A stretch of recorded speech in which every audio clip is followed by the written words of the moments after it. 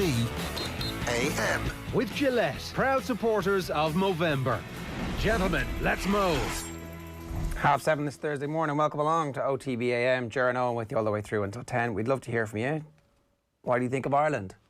087 9 180 180. We'll try and edit some of the stuff that you think, but feel free to express your opinions. On the headlines this morning, they use words like nightmare, nil by mouth, a goalless night, a desolate night, a desolate night. I mean, it was. I was wondering with the crowd noise, was that actual crowd noise from other games at the Aviva? Because it kind of sounded like it, didn't it?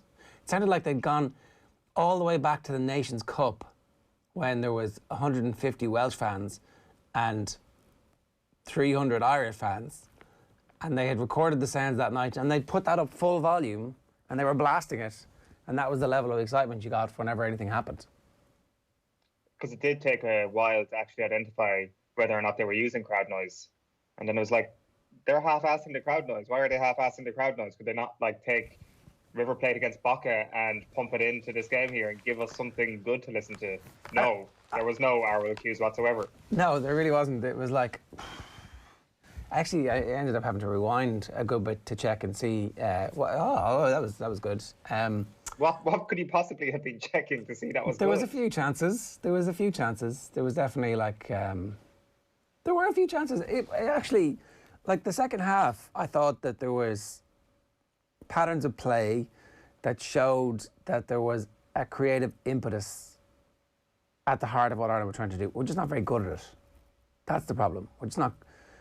That group of players has never played before together, will never play together again. It comes at the end of a fairly horrific run of bad luck. What are you going to do? Are you going to hold their feet to the flames? Maybe you should. I don't know. I can't tell if now's the time to say, or actually you look at the evidence of what they have missing and think, I don't know if Real Madrid, with their vastly bloated squad, with their too many players to get into a Champions League squad, would be able to deal with or produce a performance on the back of the numbers that they were missing. I don't think they would. I don't know if Liverpool would be able to accept the losses they've had. And even with Jurgen Klopp working with the team and all the confidence that's coursing through every sinew of that club at the moment, would they be able to deal with what's come up this week? So, you've got to temper everything that you feel with, this is probably unfair to be judging them just now. Well, your Liverpool analogy, remember when they played their second team last year and got smashed by Aston Villa? Now, I know Aston Villa smashed their first team this year, so maybe the analogy isn't perfect. But of course, there's a drop-off if the vast majority of your first team is taken away, especially if you're Ireland. It's interesting as well that you mentioned Liverpool. I do feel that in years to come, we might look back on last night's team kind of like how Liverpool fans react when that evergreen tweet goes viral, the one that shows this is the starting lineup for Liverpool against Napoli tonight, and it's a tweet from 2010 under Roy Hodgson, and you've got the likes of Jay Spearing in midfield, you've got Paul Konchesky at full back, you've got Christian Poulsen in the team, and you're like, how on earth did Liverpool put out a starting 11 like this? And without being too disrespectful to the team last night, I hope that this is how Ireland fans will look back on last night in a couple of years, where it's like, how on earth did we have so many players missing in so many positions that we got down to option 4 or 5 in a vast array of positions, with 3 players who might be in with a shout of starting the game actually playing in a game that was pretty important in the end, a game that lost them their second seeding, or at least didn't win them their second seeding. So I definitely think in time we look back on this period as a period of madness that we'll have a little bit of a kind of a dark laugh at. And really, it's not the end of the world. It's bad. It's not the end of the world. Ireland have not got relegated. Yes, they've missed out on pot 2. Yes, they don't look like a team who are going to be able to maybe upset the odds against a pot 1 or a pot 2 team. But you have to give a free pass to a point for the players that have been missing, and there's been a lot of players that have been missing. It's kind of like staring at a raffle ticket right now, sitting in a bingo hall, just hoping for things to happen. It's like, is it salmon 312 to 317? No, it's not. And on we go, and on we wait, and staring into the void of nothingness just waiting for something to happen. And I'm glad you managed to find moments that were rewindable last night. Yeah, I mean, when there was a shot and when there was a cross. I mean, Horgan's cross was good. There was that one good cross. There was a really good through ball. Was it Knight with the through ball? Yeah, he looked pretty good for a 19-year-old, right? Like, I hope that we'll look back on this team and go, well, after the confidence he was shown in him by his international manager, Horgan went off and had a brilliant season on the back of that and went, actually, you know what, I should be here. I am capable of being here. I'm capable of holding my own in this company.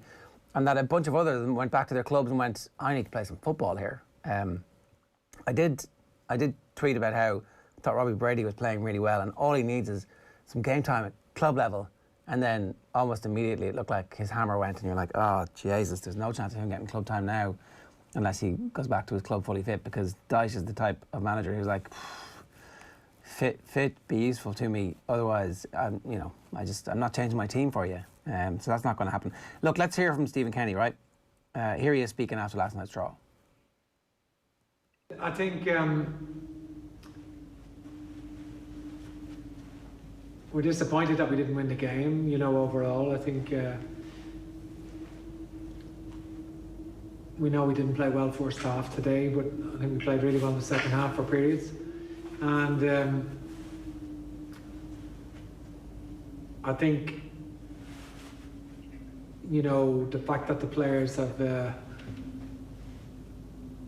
to endure what they've had to endure over the last couple of months, like every couple of days,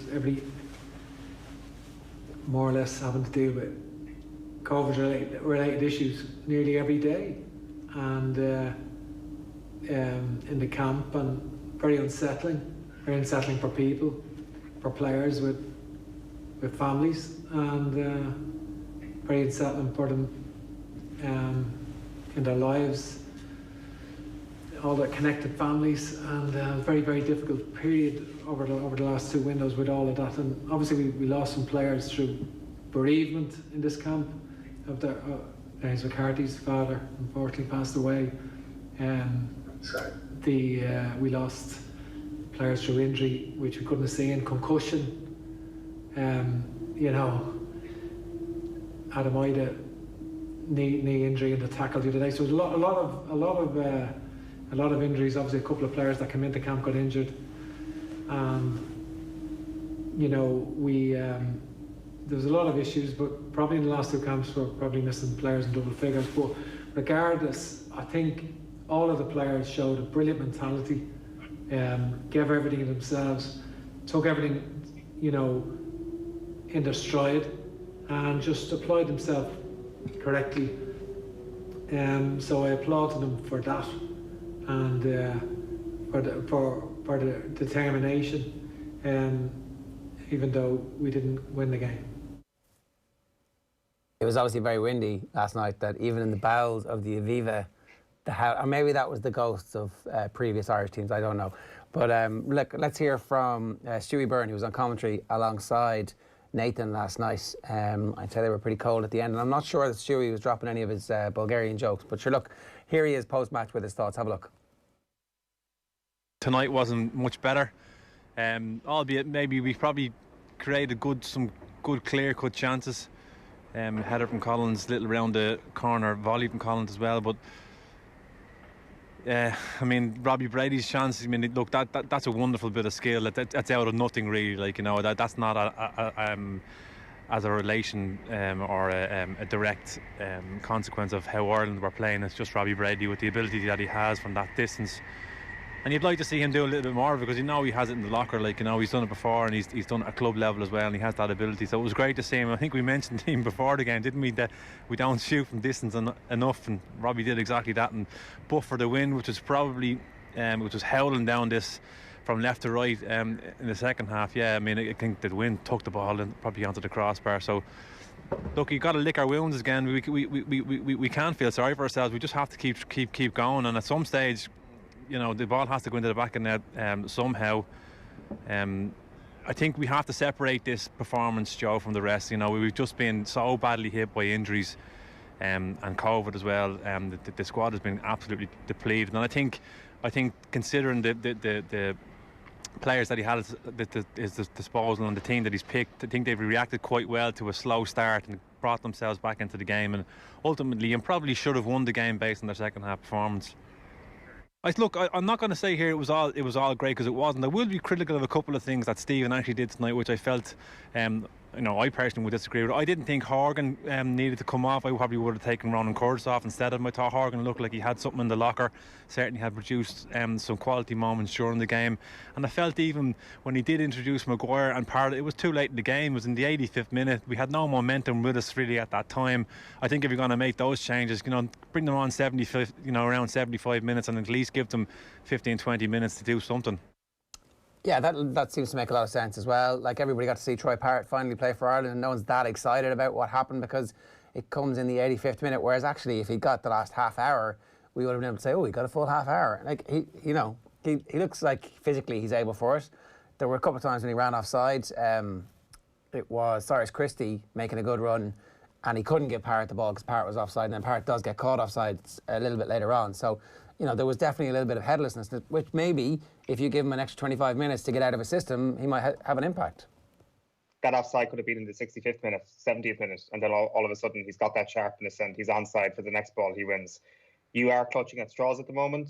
Every Irish supporter, every Irish person, but it's a little bit encouraging seeing those players come in and kind of knowing that there is a ceiling to some of these players that probably isn't the same ceiling to a lot of the players who started last night. And it's as simple as that. And I know I'm placing the hopes in a very small group of people, but the hopes of Irish football basically rest in the hands of Troy Parrott and Aviva over these next 120 days. Ireland desperately need them to hit good club form, stay fit, hit full fitness and stay fit for the next 120 days, and be a live option from the start as a goal scorer for the Republic of Ireland come next year, because that is the one thing that Ireland are just desperately lacking at the moment. I'd go along with what Stewie said last night. I think Darrell Horgan getting taken off maybe a little bit harsh. I think from that front three, he is the one that you could expect to come off the bench in a big game, potentially, especially if there's maybe one or two injuries.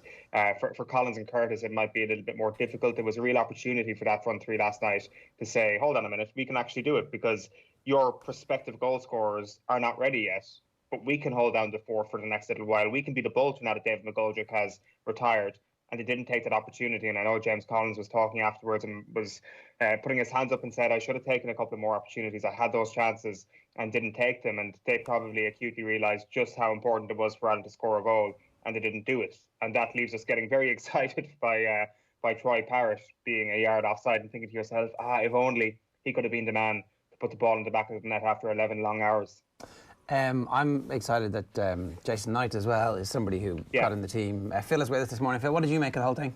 I'm just glad it's over, to be honest. We don't have to really talk about international football now for another few months. Obviously, I would echo what Stewie Byrne said there. I just thought, the way things are at the moment during the pandemic, most managers now have the option of playing with 5 substitutes. Use them, because it was quite clear that certain things weren't working. The midfield has been an issue for the last couple of managers, and the hope was players like Jason Malumbi will come in. Obviously he was suspended last night, but you want players that get on the ball. I thought Josh Cullen did very well when he came in and got on the ball, and he showed that he wanted it, but also at times got himself out of trouble, and that's what you need. That if Stephen Kenny's style of play is to evolve and you want to be a success, he needs midfielders that want the ball, but not only do they want the ball, that they can get themselves out of trouble in tight spaces, and Cullen showed that. So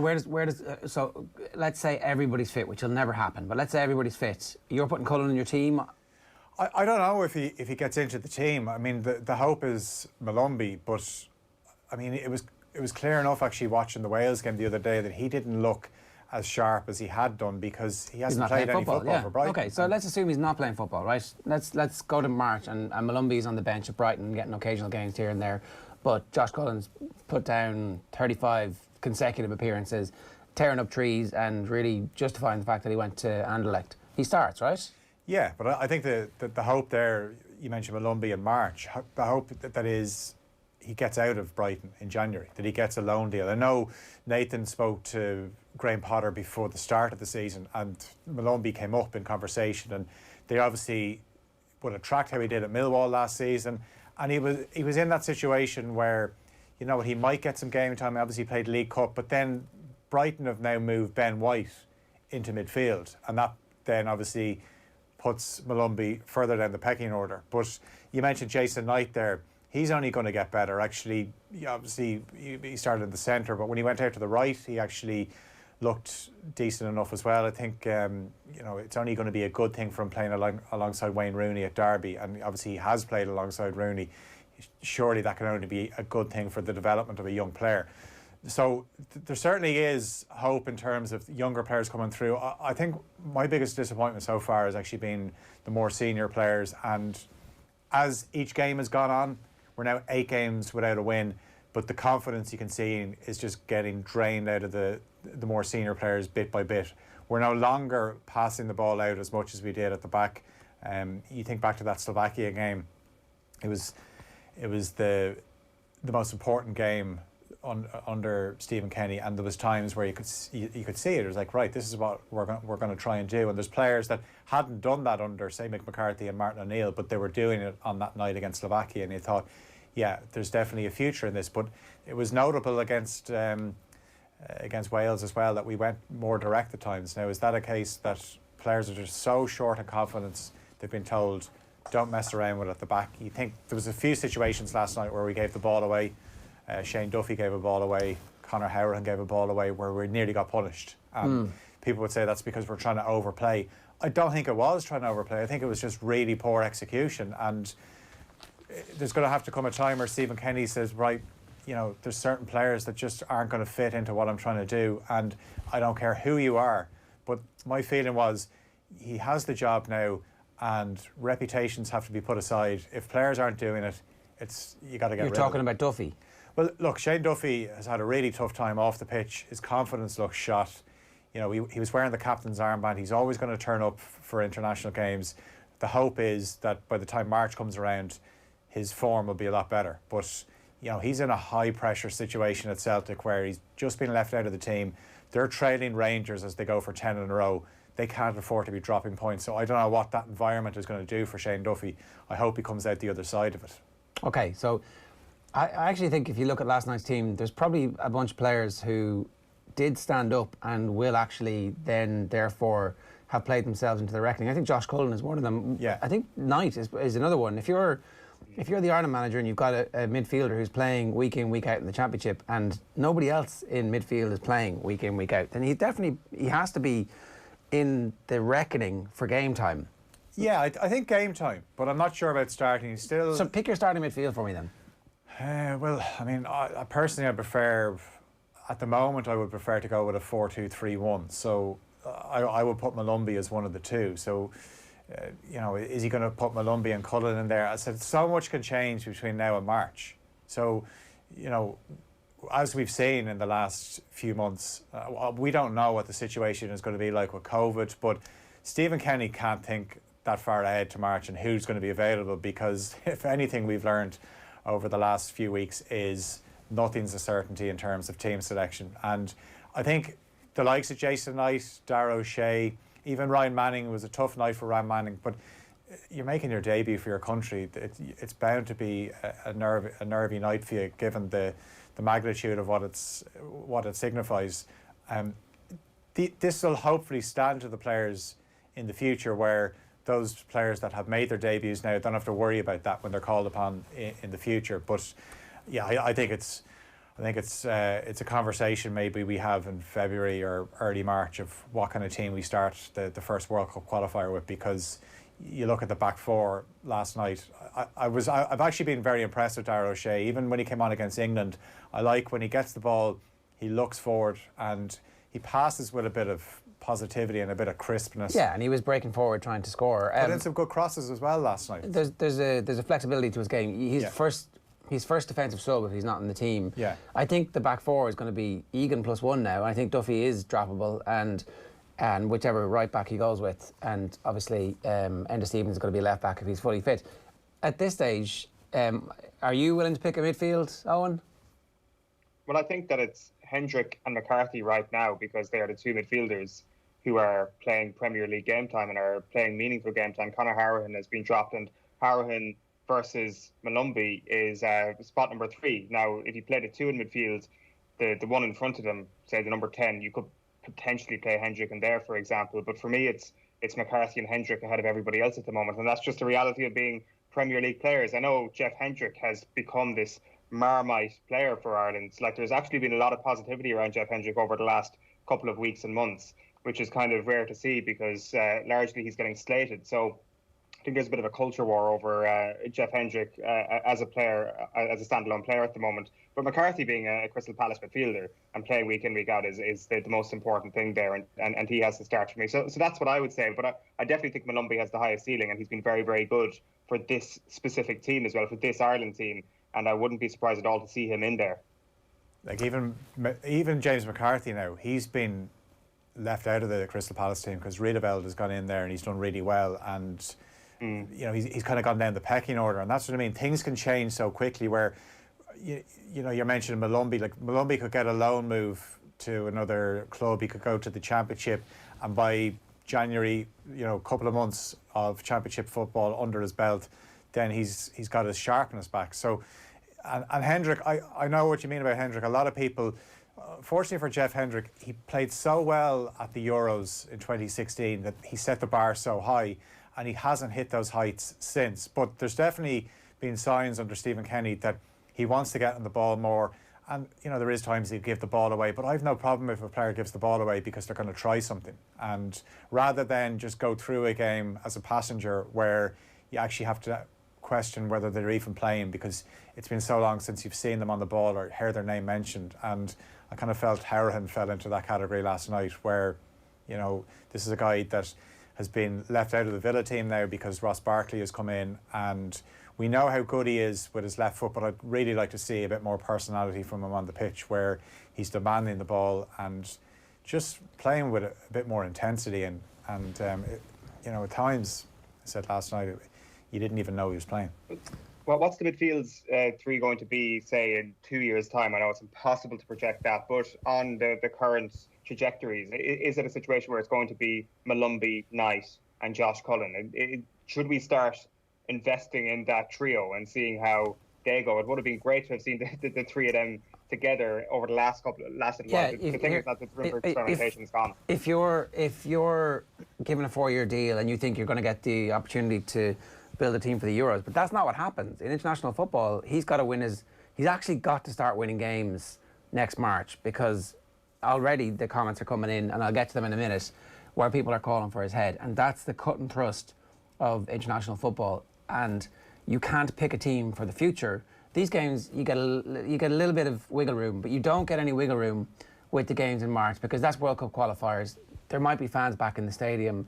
There will be raucous attention. If there's not an atmosphere, there will be raucous attention, at least, on the game in a way that will be ratcheted up even from these games, because we all know they're essentially glorified friendlies. The whole pot 2 thing wasn't really an option after what had happened last week, unless a miracle. And like, we were relying on Northern Ireland, who had just had their hearts broken last week, doing us a favour, and it didn't happen. So Serbia did. Fair play to Serbia. We'll remember that. 5-0 they beat Russia. Phil, good stuff. Thanks a million for anything else. Any last point you want to give us on the Ireland game?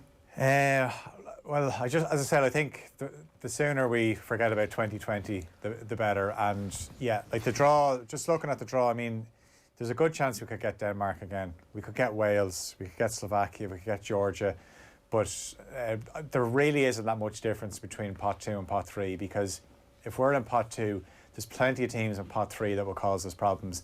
We're in pot 3, there's plenty of teams in pot 2 that we wouldn't want to play either. So I'm not really too worried about that, but I definitely agree that when the World Cup qualifiers come around, people that are calling for Stephen Kenny's head now, that's going to go up a few notches if we don't score goals and don't start winning games. And unfortunately, that is the nature of international football. I just would have liked to have seen those substitutions made earlier, because this is an unbelievable opportunity. This is the job Stephen Kenny wanted. I just would like to see him be a bit braver. Congratulations to Shane Duffy on winning the Irish International Goal of the Year 2020 competition. Good man yourself, Shane. I'm sure that'll have pride of place on your mantelpiece. Let's hear from Stephen Kenny. Here he is talking with Nathan after the game. I'm sure this isn't how you imagined the first 8-9 games, the first 3 months in charge going. Can you just talk about that and how you reflect on it and how difficult it has been compared to what you probably expected? Well, it's not something. Listen, it's not something I would have ever envisaged was an issue. I had all these great ideas coming in, how you would plan, but obviously the plans, to how you would manage things wasn't possible. But I think, we meetings right throughout the night, in relation to dealing with COVID issues and dealing with players, their families, the implications, how so literally meetings through the night, regularly. So I think it was really intensive, and I think very, very intensive period. But it is what it is. I think the main thing is the safety of the players and their families, and I hope they're okay. And everything else we can live with, that's fine. I think for us, I think we just want to. I'm encouraged by some of the individual performances, believe it or not, over the last week, and I think, the players really love playing for the country, and they gave everything. I think, I know we didn't play well in the first half tonight. I was quite frustrated, but I think in the second half we played really well, and I thought Jason Knight, for a teenager coming in on his home debut, I thought he really was excellent, and shows that's one of the things about some of the players coming through, like they have a really good mentality, really like proper men there, and certainly he's an example of that, and you feel that nothing would faze him. Another one of those young players, Darrell Shea, you've seen a lot of now. Yeah, Darrell. Played left back positions as well today. What have you made of him over the camps, and as a player and as a character around the camp? Well, I think that's he's obviously very mature and someone you can trust in any position. He played centre back in Finland, left back in Wales, right back tonight, and he didn't really make any mistakes at all, and I think he did really well overall. Okay, last question from Damien Spellman, please. Hi, Stephen. Stephen, what is your message to the players as you send them back to their clubs?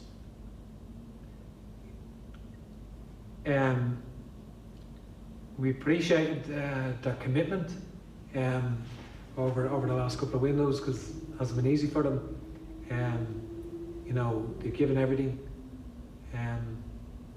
We've given a lot of food for thought now for the World Cup qualifiers. A lot of people have really put themselves forward, and I think we will have competition for places. OTB AM.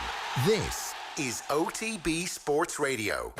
OTB. In 1927, Cavan Coolidge was President of the United States, and it was the last time Dublin beat Cork in the All-Ireland Hurling Championship. They have met in the championship on 15 occasions, with Cork victorious 12 times, Dublin twice and just a single draw.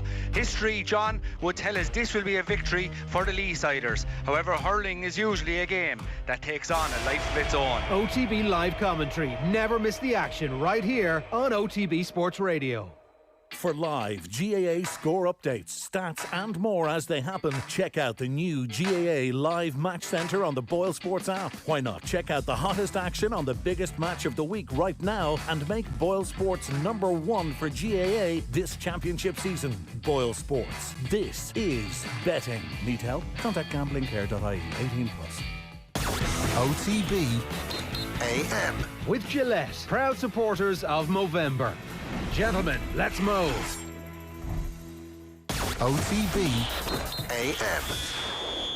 8 o'clock this morning here on OTB AM. It's Ger and Owen with you through until 10 o'clock. We've got a full Meath hour coming your way from 9 this morning. Tommy Rooney not with us this morning, but with us in spirit. A. Brennan says the soccer journos and LOI gang who are calling for Mick's head and wanted Kenny in look very silly now. Kenny's style of play, question mark, losing and not scoring. Ireland played better under Mick. What is this guy watching? Connor Joyce, the excuses being made for Kenny already are outstanding. Do you think Mick McCarthy would be offered these excuses if he was still in charge? Those last 3 games were horrendous. Trevor says, 13 injuries, Jesus lads calling for his heads. Judge him with a full deck. And Peter says, we keep talking about investing in players and developing, but it's pointless as we are completely dependent on club managers playing our players or not. There is certainly that element to it, isn't there? Like, I do think as well the fact that certain players are going to be around top-class Premier League squads makes a difference to players who are around Championship squads, for example, or maybe League of Ireland squads, and whether or not your game time is playing every single week and playing 90 minutes every week, it has to stand for something, being involved with some of the top-class players on the training ground at least. And I know that's a real sense of where Ireland are at the moment, that you're thinking about not having a starting deck of players who aren't actually playing week in, week out and playing 90 minutes each and every one of those weeks. I think that it's going to be a very interesting couple of months to see how things change on the club front, because it did look very optimistic at the start of the year, where if you'd picked your Ireland starting 11, I think 5 of your starting front 6 had already scored a goal in the Premier League, never mind playing a minute in the Premier League, and this was by the first international break. Now we're struggling to actually see them get meaningful game time. So that's going to be a little bit of a debate in Stephen Kenny's head over the next little while. Maybe he ignores that, and maybe he actually picks a midfield and an attack that is young, that he believes can be his attack for the duration of not only this qualifying campaign, but for the qualifying campaign after it. And that this is how Ireland are going at the moment, and maybe that's a way of building cohesion in the squad and building understanding, and maybe the goals will come as a result of that. Just on a couple of those comments there, like, it's interesting that there is this little bit of a debate erupting already about whether or not Stephen Kenny's under immediate pressure with his job. I do think it's way too soon to be having that conversation. But I guess Mick McCarthy did have immediate pressure on his head when he came in at the end of 2018 to be Ireland manager. But I think there was probably a greater rush around that because Stephen Kenny was already the man in waiting. And there was this debate about, well, why did you appoint this guy if there's a second manager coming through? And also because it was Mick McCarthy's second stint as Ireland manager. I don't think Trapp, I don't think Martin O'Neill were under severe pressure at this juncture in their managerial careers. Am I wrong in thinking that? Am I misremembering it? Martin O'Neill had like 2 years of friendlies. It was a terrible... There you go. But like, I still think if he was in this situation, we would be saying the exact same thing about Mick McCarthy, or if it was his first stint, or Martin O'Neill or Trapattoni, we would be saying, wait till he's got a full deck. Let's give him a year. Let's give him till the end of the 2022 World Cup qualifying campaign, and then let's make a decision on the future then. Let's not get carried away with a few admittedly very bad results. Let me bring you through the headlines here, because we'd love to hear from you out there. 0879 180 180 is the number. Kenny did not give subs time to impact the game, says Stewie Byrne. That was the point that we've already played you a clip from him. He's dead right. 85 minutes. Troy Parton, Sean Maguire coming on. Is Jack Byrne trending yet? Irish fans doubt Kenny's team selection. Bulgaria draw sees Ireland avoid relegation, but more frustration for Kenny. Here's the Ireland team to take on Bulgaria. And James Ryan is a man you'd follow into battle. Leinster's James Tracy talking yesterday ahead of the fact that James Ryan's going to captain Ireland against England at Twickenham on Saturday afternoon at 3 o'clock, and it's last night's game that is effectively dominating all of the headlines. Back page of the Star, still on the naughty list. That's naught, as in, I think they put it very well on the back of the Irish Independent this morning. A year to forget. 11 hours, no goals after Bulgaria stalemate. 0 wins in 8 games. As Kenny's reign stutters, dropped to pot 3 and draw for 2022 World Cup, but relegation avoided in the Nations League. The Irish Daily Mail this morning, the pain game.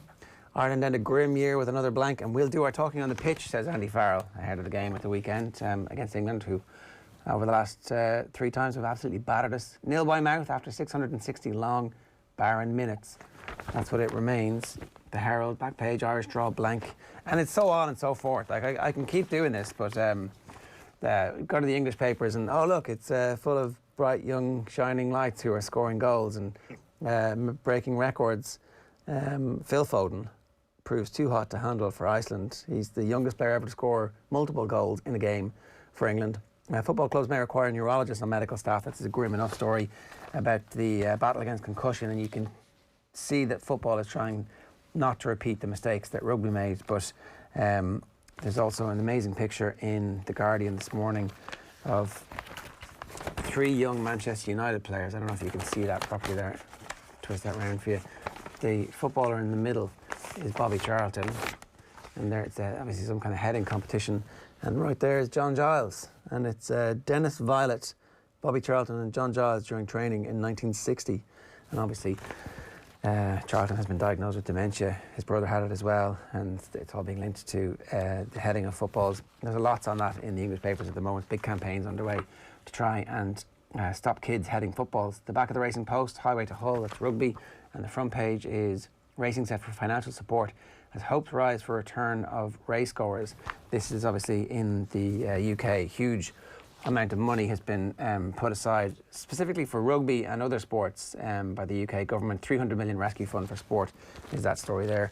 And I've already given you the Examiner and the Irish Times a little bit earlier on. The Irish Times used the word desolate, and nightmare is the words that you wake up from nightmares. Desolation ends. At some point this too will finish, Owen. It sure will. Will we take a break from Ireland for like 2-3 minutes? Yes. There's an interesting story after doing Duran's yesterday evening, which people might have noticed while they were inevitably scrolling through Twitter while watching Ireland play last night, because let's face it, everybody was doing that last night. The story involving David Coote, the referee, is just something that piqued my interest, because there's obviously been a crusade led against David Coote in the aftermath to the injury to Virgil van Dijk, where Liverpool fans have held this official responsible for the fact that their defender is out for the season. They obviously know that he didn't punish Jordan Pickford. His information believed to be, he believed the information that he should have given to the referee was that, you know, the play was offside and therefore we can't punish the tackle. And Liverpool fans are very, very unhappy about this. And a tweet went viral over the last couple of days saying David Coote is the VAR official for Liverpool versus Leicester at the weekend. Is this some sort of sick joke? Got over 1,000 likes, and he has since been taken off the game for Liverpool versus Leicester. Now, the Premier League have said this is operational reasons. This has nothing to do with what happened in the Merseyside derby, but it is interesting that David Coote was brought off a game in the immediate aftermath of that, taken away from the fire, so to speak. And again, they do say it's operational reasons. But next time this happens, there's not a really bad precedent to be setting that fans are unhappy about a referee's decision. Virgil van Dijk would still be injured, whether or not David Coote existed or not. So Jordan Pickford injured Virgil van Dijk. Let's not get away from this. Is this not a really bad precedent to be setting that, you know, fans can be tweeting about? Is it some sort of sick joke that a man is the VAR official and all of a sudden then he is not the VAR official for the game? He is, by the way, going to be refereeing at the weekend. He's going to referee Manchester United against West Brom.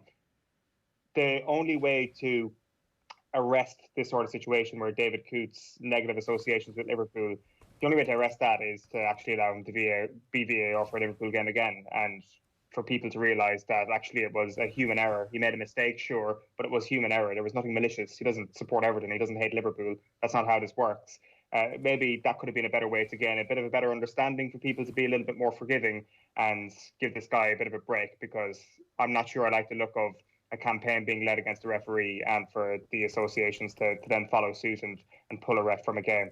Except again, and I should restate that that's not the reason they've given. They said it's operational reasons. Yeah, no one believes the operational reasons, except that perhaps it's actually a bit of promotion to referee a game than sit and do VAR. Well, yeah, actually, that maybe that's it. You know, like, I mean, and it's Manchester United game. It's not a small game that he's been given. Maybe it is a promotion.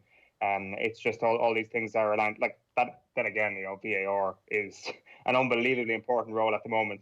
Clearly, as we know, it's your name gets brandished about just as easily as if you're the on-pitch referee at this point, considering the amount of big decisions that we've had. But yeah, that Coote story is just one that caught the eye. But we can go back to Ireland if you want. We can return to the misery of international football. But mercifully, Premier League is back this weekend. Well, yeah, look, it is, and we're going to talk about that more than we're going to talk about Ireland for the next few months. But, if you think about it, most referees, if they're channeling their inner Mike Dean, they don't want to be stuck behind the computer and the screen and a silent voice of God. They want to be the main person who's, theatrically walking over to ostentatiously watch the video on the side of the pitch, right? It's true. If the monitor works, of course. We have a broken monitor last week in one of the games. Like that is what they want, I guess. Put themselves into the firing line. Do they want that pressure? Like they must do. Like you can't not want to be a Premier League referee without realising what comes with it, and it is that sense of pressure. Like I guess it's when fans return that maybe David Coote will really feel the brunt of this. But maybe the way to kind of preempt that is actually let him do a few Liverpool games before that, and that when fans return, actually the whole David Coote thing is yesterday's story. Yeah. Whereas now the Premier League have to walk on eggshells around putting this guy in a Liverpool game. Right. 8:10 this morning here on OTB AM. I'm delighted to say we can stop talking about the Republic of Ireland and move to the hurling this weekend. Tommy, good morning to you. How you doing? Good morning, Jared. Good morning, Owen. We're pretty excited about these games. It's reached this level where the cream is rising to the top, and we're seeing some of the greatest individual displays that we've ever seen. Yeah, it has been brilliant for a championship that we didn't realise, we didn't know whether it would go ahead or not. So it's fantastic. And I think, like most people, I think now at this stage would, agree that whilst, health and safety has been so important, that for the nation, for something to look forward to every weekend, it has definitely been helpful to everyone. Starting, say, of a Monday or a Tuesday, you're looking forward to the game next weekend, or you're talking about the games last weekend, whether that's hurling or football. So I think it has went really, really well so far. Bar, I suppose, unfortunately for Sligo, but I think we all knew things like that could have happened, and awfully a couple of weeks before that. But yeah, looking forward to this weekend, Ger. It's going to be brilliant. Like, we've the blockbuster of Galway versus Tipperary. That was, two of the favourites for the All-Ireland, meeting in the All-Ireland quarter-final. Nobody knows where each of them are really at this stage. And then you have Waterford versus Clare. This is the kind of one I think both counties would have been happy with the draw last Monday morning, because it gives both of them a great chance of getting to the All-Ireland semi-final. Just briefly to talk about the situation in Clare, where Tony Kelly is hurling like at a magisterial level. Shane McGrath had a really interesting point on Monday night when he was talking with Joe. He said that this time of year, if Ballyhay are involved in club matches, he's always great. It's almost as if he has like a horse race. He likes the bottomless ground because he seems to float above it. Is that something you've ever experienced or seen anybody else, where there's a period of the year where everybody else is bogged down and somebody can kind of like ghost-like rise above them? Yeah, well, I always thought it was nearly the bigger, stronger players, the more physical and fit players that used to come.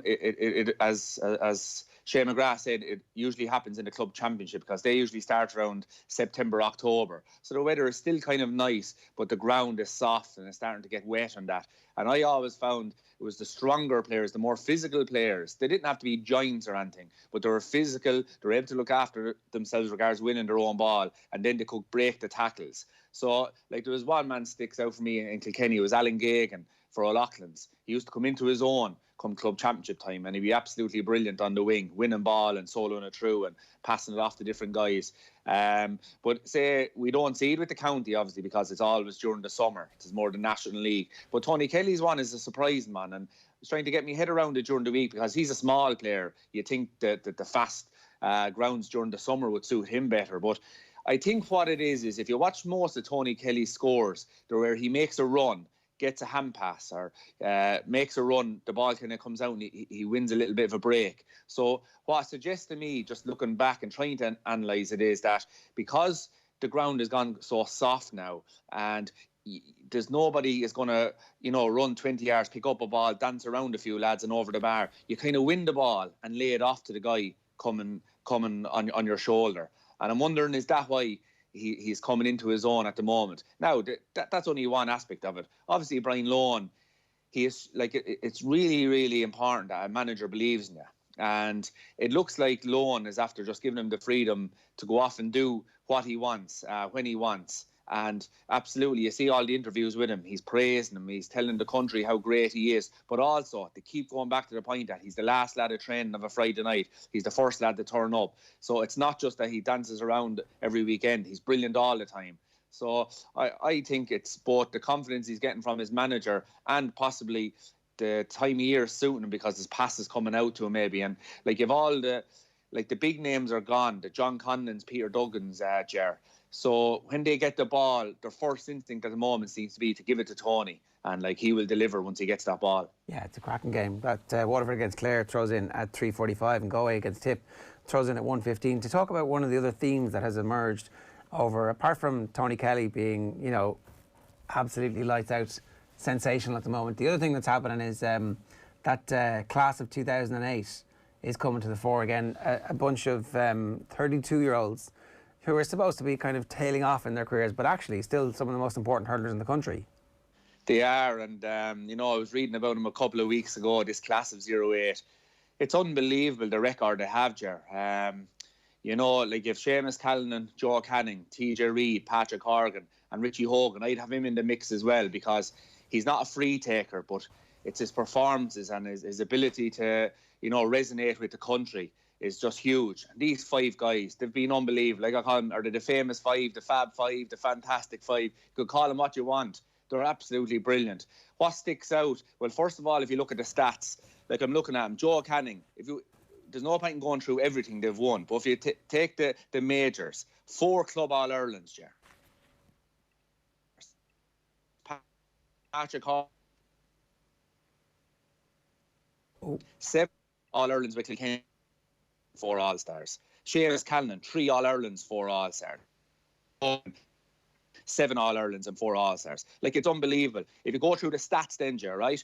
Top scorers, 4 out of 5 of them are in the top 7. Tommy, you have Joe Canning 2, Patrick Horgan 3, you have TJ and Seamus Callanan. We're having trouble with your line there, All-time Tommy. appearances. We might... 4 out of the top 5 are in the top 18. So Richie Hogan. Tommy, we're having trouble with your line. We're going to call you back, right? So that's because it was getting to the good parts there where we were reveling in the genius of the 32-year-olds. Oh, and you've still got a bit of time, yes? You're not quite 32. Not quite. Is that the peak? Is that what we're saying here? Well, the best year is yet to come. Well, when you think about, and I'm going to make this point about Richie Hogan to Tommy when we get him back. That's somebody who had been spoken about. You know, is he going to get one last year? Is he going to get one last year? Is he going to get one last year? Because of the injuries that he'd suffered. And for him to come back and to have the moment that he had last weekend, I don't know if everybody has seen the schoolyard goal that he scored, but it was absolutely sensational. Like I don't even know what is it. It's like there's loads of insouciance to think about doing that, but like the instinct really, essentially, is what it is. It's like I've hurled in tight spaces against bigger lads, and I've been able to flick the ball and make them look silly. Like it was Messi-esque, and you know, at the same time, you're seeing Tony Kelly doing what he's doing. And it's mad that in these conditions, because the weather was horrific last weekend, absolutely horrific. In these conditions, the lads are producing some of the best stuff that we've ever seen. I think Dennis Bergkamp was the obvious football comparison there, and it's been made several times with the Richie Hogan goal at the weekend. Like, I'd be interested as well in like knowing if this is a trend or is it just winter hurling where sometimes the inside forwards can get a little bit detached from play, where people are taking their scores from long range, and for an inside forward to just pop up with that moment of genius after perhaps not being around the game for too long beforehand and immediately announcing yourself in the game with that sort of finish is just incredible. And I know it probably pertains a little bit more to TJ Reid in the context of Kilkenny, but the Richie Hogan story after what happened in the All-Ireland last year, that would be a great comeback story if Kilkenny do the business this year. Yeah, I mean, the fact that he has come back and has come off the bench and made such an impact already, that's testimony to, like, because I know his back injuries have been so significant that there's, like, perpetual treatment. It was one of the Kilkenny hurlers, we used to have an hour and a half physio to be able to train and, like, wouldn't miss training sessions. I'm trying to remember which one it actually ended up being. But, like, the level of dedication that they're going through because they believe in what they're trying to achieve and because the level of success that they've had over the years has rewarded the level of dedication. You know, sometimes we kind of forget about that, and it's like you see them play and they're a little bit below their absolute peak, but they're still some of the best hurlers that have ever played the game, and so therefore the fact that they can get out there and achieve is still fairly worthwhile doing. For sure. We want Limerick versus Kilkenny in the hurling final, don't we? Like that's what the people want, the sort of rematch after the 2019 Classic when we were all shocked by how Kilkenny tore into Limerick on that occasion and how good Limerick have been this year. The revenge mission, like there's so many different storylines that will go into that. I think we want the provincial champions to now make it to the All-Ireland final. Yeah, I mean, we need to see that that replay from last year. At the same time, at this point, do you care who's left? Yeah, of course you do. You want to see the best matchups possible. Like you look at this weekend, for example, like Galway Tip is a game that in the back door has produced some ridiculous moments. So would you not like to see Tip Kilkenny again? No, I want to see Limerick. Limerick Kilkenny is the match I want to see this year. That is the one matchup I want to see more than any other, and the only way it's going to happen is in an All-Ireland final at this juncture. So no, Limerick Kilkenny is the game everybody wants to see. In my view, it wasn't the best game of the hurling championship last year. I would say maybe Tip Wexford was the best game of the hurling championship last year. I think it was just the manner in which it happened, the hype around this Limerick team. Like we heard from Kieran Carey a few weeks ago saying that this could be like the Dubs of hurling, where Limerick could go on and be like a dynasty in a little while. And for them to get taken down in that manner by Kilkenny last year was extraordinary. So I want to see it again. Okay, let's go back. We've got Tommy Walsh on the phone with us this morning. Tommy, the technology's letting us down. Not to worry. We were talking about the class of 08, and you were reeling off the various individual achievements that they've had, and the fact that so many of them are top scorers in hurling championship history. The fact that they're all still going at that age is something that we shouldn't take for granted, was a point I was making while you were away there. Yeah, and like they're all 32 years of age. TJ Reid was 33 during the week, Ger. Like, I suppose the last maybe 10 years or 15 years, when a lad gets to 30, you're nearly starting to call it a day for him. But no one even mentions it for these 5 guys. They've been absolutely wonderful. And I suppose what really hits home to me is that they're kind of universally respected and admired. Like Seamus Callan would have his admirers in Kilkenny and Cork, Patrick Horgan, Galway and Wexford. Like these lads are loved everywhere.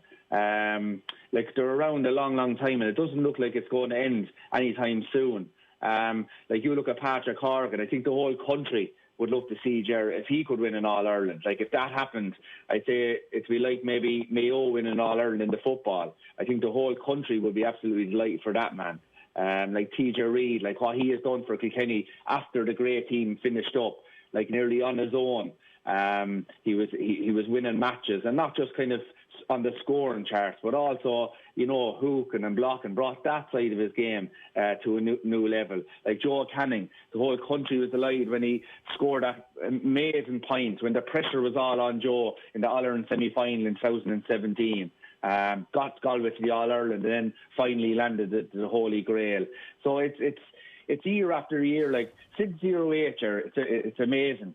There's only been 2 All-Irelands where any of these guys haven't won it.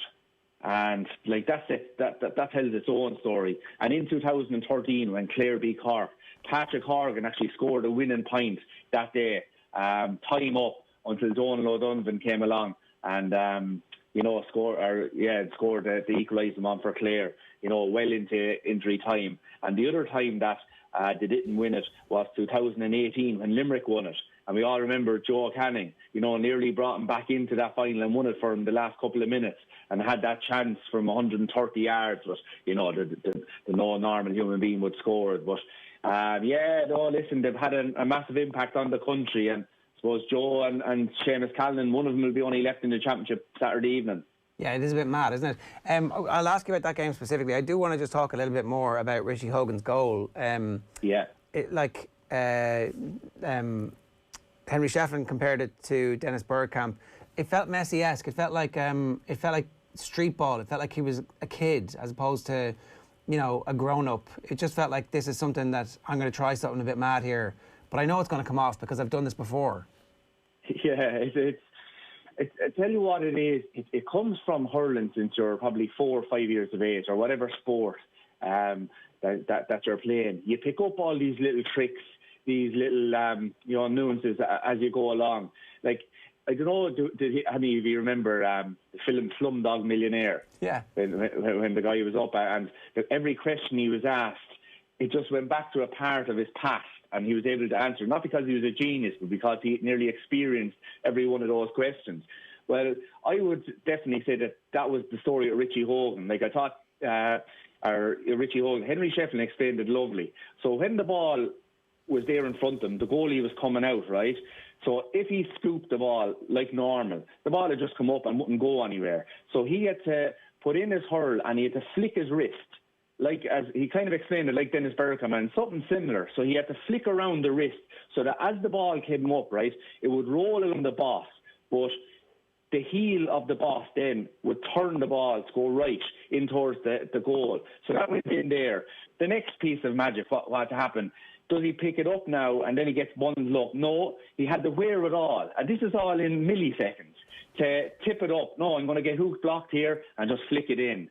So it just comes from all the experience that he was hurling since 4 years of age, that he picks up all these little tricks and that. And in that moment, when he needed all the decisions need to be made in probably 1 second, it just happens. It's hard to explain it. It's like with a high ball is coming, it's hard to coach it like Ger.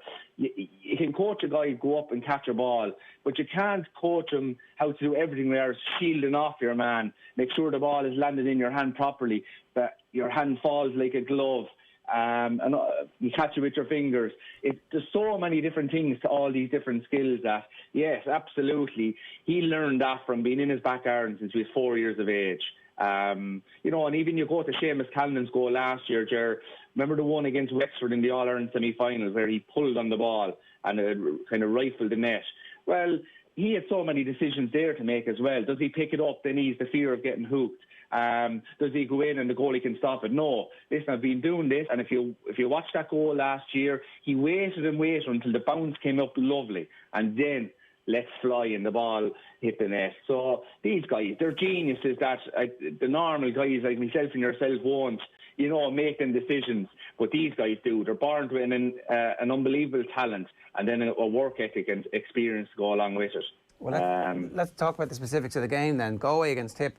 Like, how do you even begin to measure where these two teams are against each other? Tip have a slight advantage in that they've had a game to recover from their defeat. Galway don't have that, but actually, they had Kilkenny on the rack for a long time, and that game, it was a wild game in wild conditions. So do they take comfort from that, or are they concerned about what happened? I can't tell how they're going to respond. I think Tip's issue is form, I think. Now, if you look at the two games they've played in, there were two monsoons, both against Cork and against Limerick. It doesn't suit the type of hurlers they have. They're all ball-playing hurlers. Even in their defenders are the very same, the Rona Mars and the Porrig Mars. These are all guys that love just playing around with the ball, can do magic things with the ball. So it depends on the weather, first of all, Saturday. The second thing is their form. There's a lot of them just not in the right form. We've seen last weekend, characters, the explanation I would have on their victory last weekend. Liam Sheedy driving them on from the sideline. Shades of what happened in the All-Ireland semi-final last year against Wexford. Looked like the game was going away from them. Dug in, and suddenly they just win the game. And I thought it was the very same last weekend. I thought Cork were going to pip them with 10 or 15 minutes to go, but they dug in, and suddenly a goal chance came. Jake Morris took it. Seamus Callanan scored a couple of points. So I think form they're just not in form at the moment, but it's their character is getting them through them games. So they need to pick up that form very quickly. Galway, on the other hand, Ger, it's a dangerous one for them because they played really well last weekend and lost. And sometimes, lads will be clapping them on the back, telling them they were great, they were this and they were that. But they need to get the grit between their teeth Saturday. And they need to forget about playing well last weekend. They need to forget about the disappointment of losing a game, that they felt probably they should have won. And this is their last chance to lose now to get to the All-Ireland semi-final. And it's all about mindsets at this stage for Saturday. Saturday, just looking at the weather forecast, a couple of showers, but not the monsoon conditions we've seen. So that probably will that might suit Tipperary a bit more. Yeah, well, it's in the Gaelic grounds though, Ger, and outside of Páirc Uí Chaoimh and Crow Park, Thurles in fairness was in good nick, but the other two pitches, they're kind of all-weather pitches nearly at this stage. There's so much investment and so much care gone into them.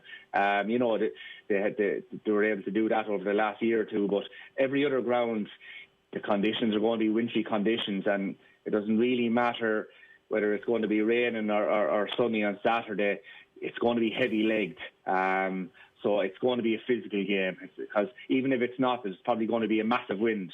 I always felt, come around September, October, outside of Croke Park, wind is huge. It's a huge factor in the game. Like you look at last weekend when Clare played Wexford, they sailed into a 9 or a 10-point lead, and that's what gave them the confidence, the drive, and probably maybe put a bit of panic into the Wexford guys. Well, the same thing could happen this Saturday. Wind is an enormous factor in it. I think in my mind, Galway will be the favourites. They just need to go for the juggler, Joe. When they won the All-Ireland in 2017, they didn't score any goals as far as I can remember and won it. But to win this All-Ireland, they're not going to need to score goals. They had 1 or 2 goal chances last weekend.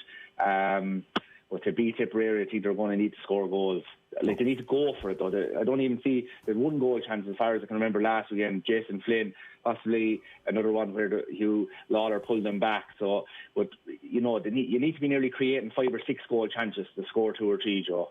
All right, so that's Galway tip 1:15 at the Gaelic Grounds on Saturday. What about Waterford and Clare? You said that they both would have been pretty happy with that draw. I can see why they both be pretty happy with the draw. Again, the leap forward that Waterford have made this season has been very impressive, but Clare have that bounce, that winning a couple of games in a row, a couple of weeks in a row. We've seen in the football qualifiers the benefit of that in the past.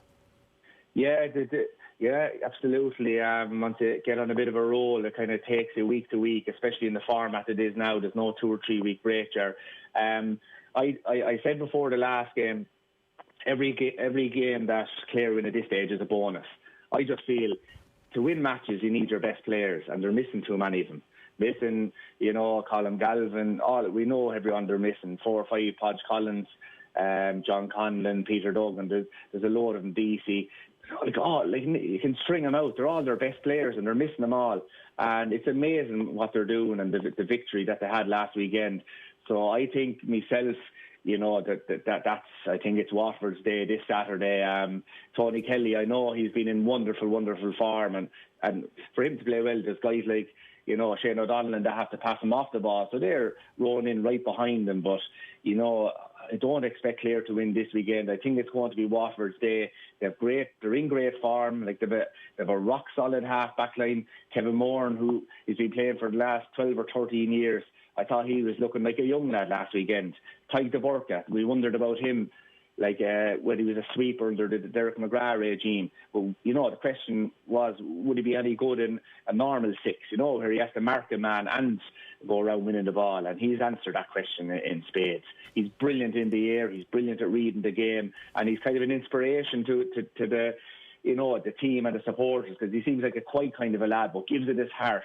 Like, if you see him giving away a free or losing the ball, he sprints back into his position, and just a wonderful player to watch. Up front then you have Stephen Bench in great form, so I think Watford have a great chance Saturday. You mentioned Shane O'Donnell there, Tommy. He was brilliant at the weekend, and the way he set up that Tony Kelly goal, dropping deep and being the playmaker, so to speak. How difficult is it at the moment being an inside forward? It almost seems like you have to be unbelievably patient and wait for your 1 or 2 opportunities to score a goal, or you can do what Shane O'Donnell is doing and play a little bit deeper. Yeah, it depends on your the structure of your team.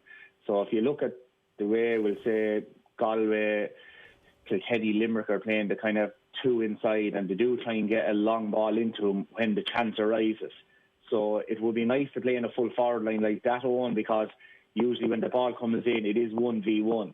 And it's you're making runs, so usually you have an advantage because the lads aren't just lumping it in, we'll say, like, the game plans of maybe 10 years ago. Nowadays, half back line, a midfielder, or even a half forward, when they get the ball, the first instinct is to look up.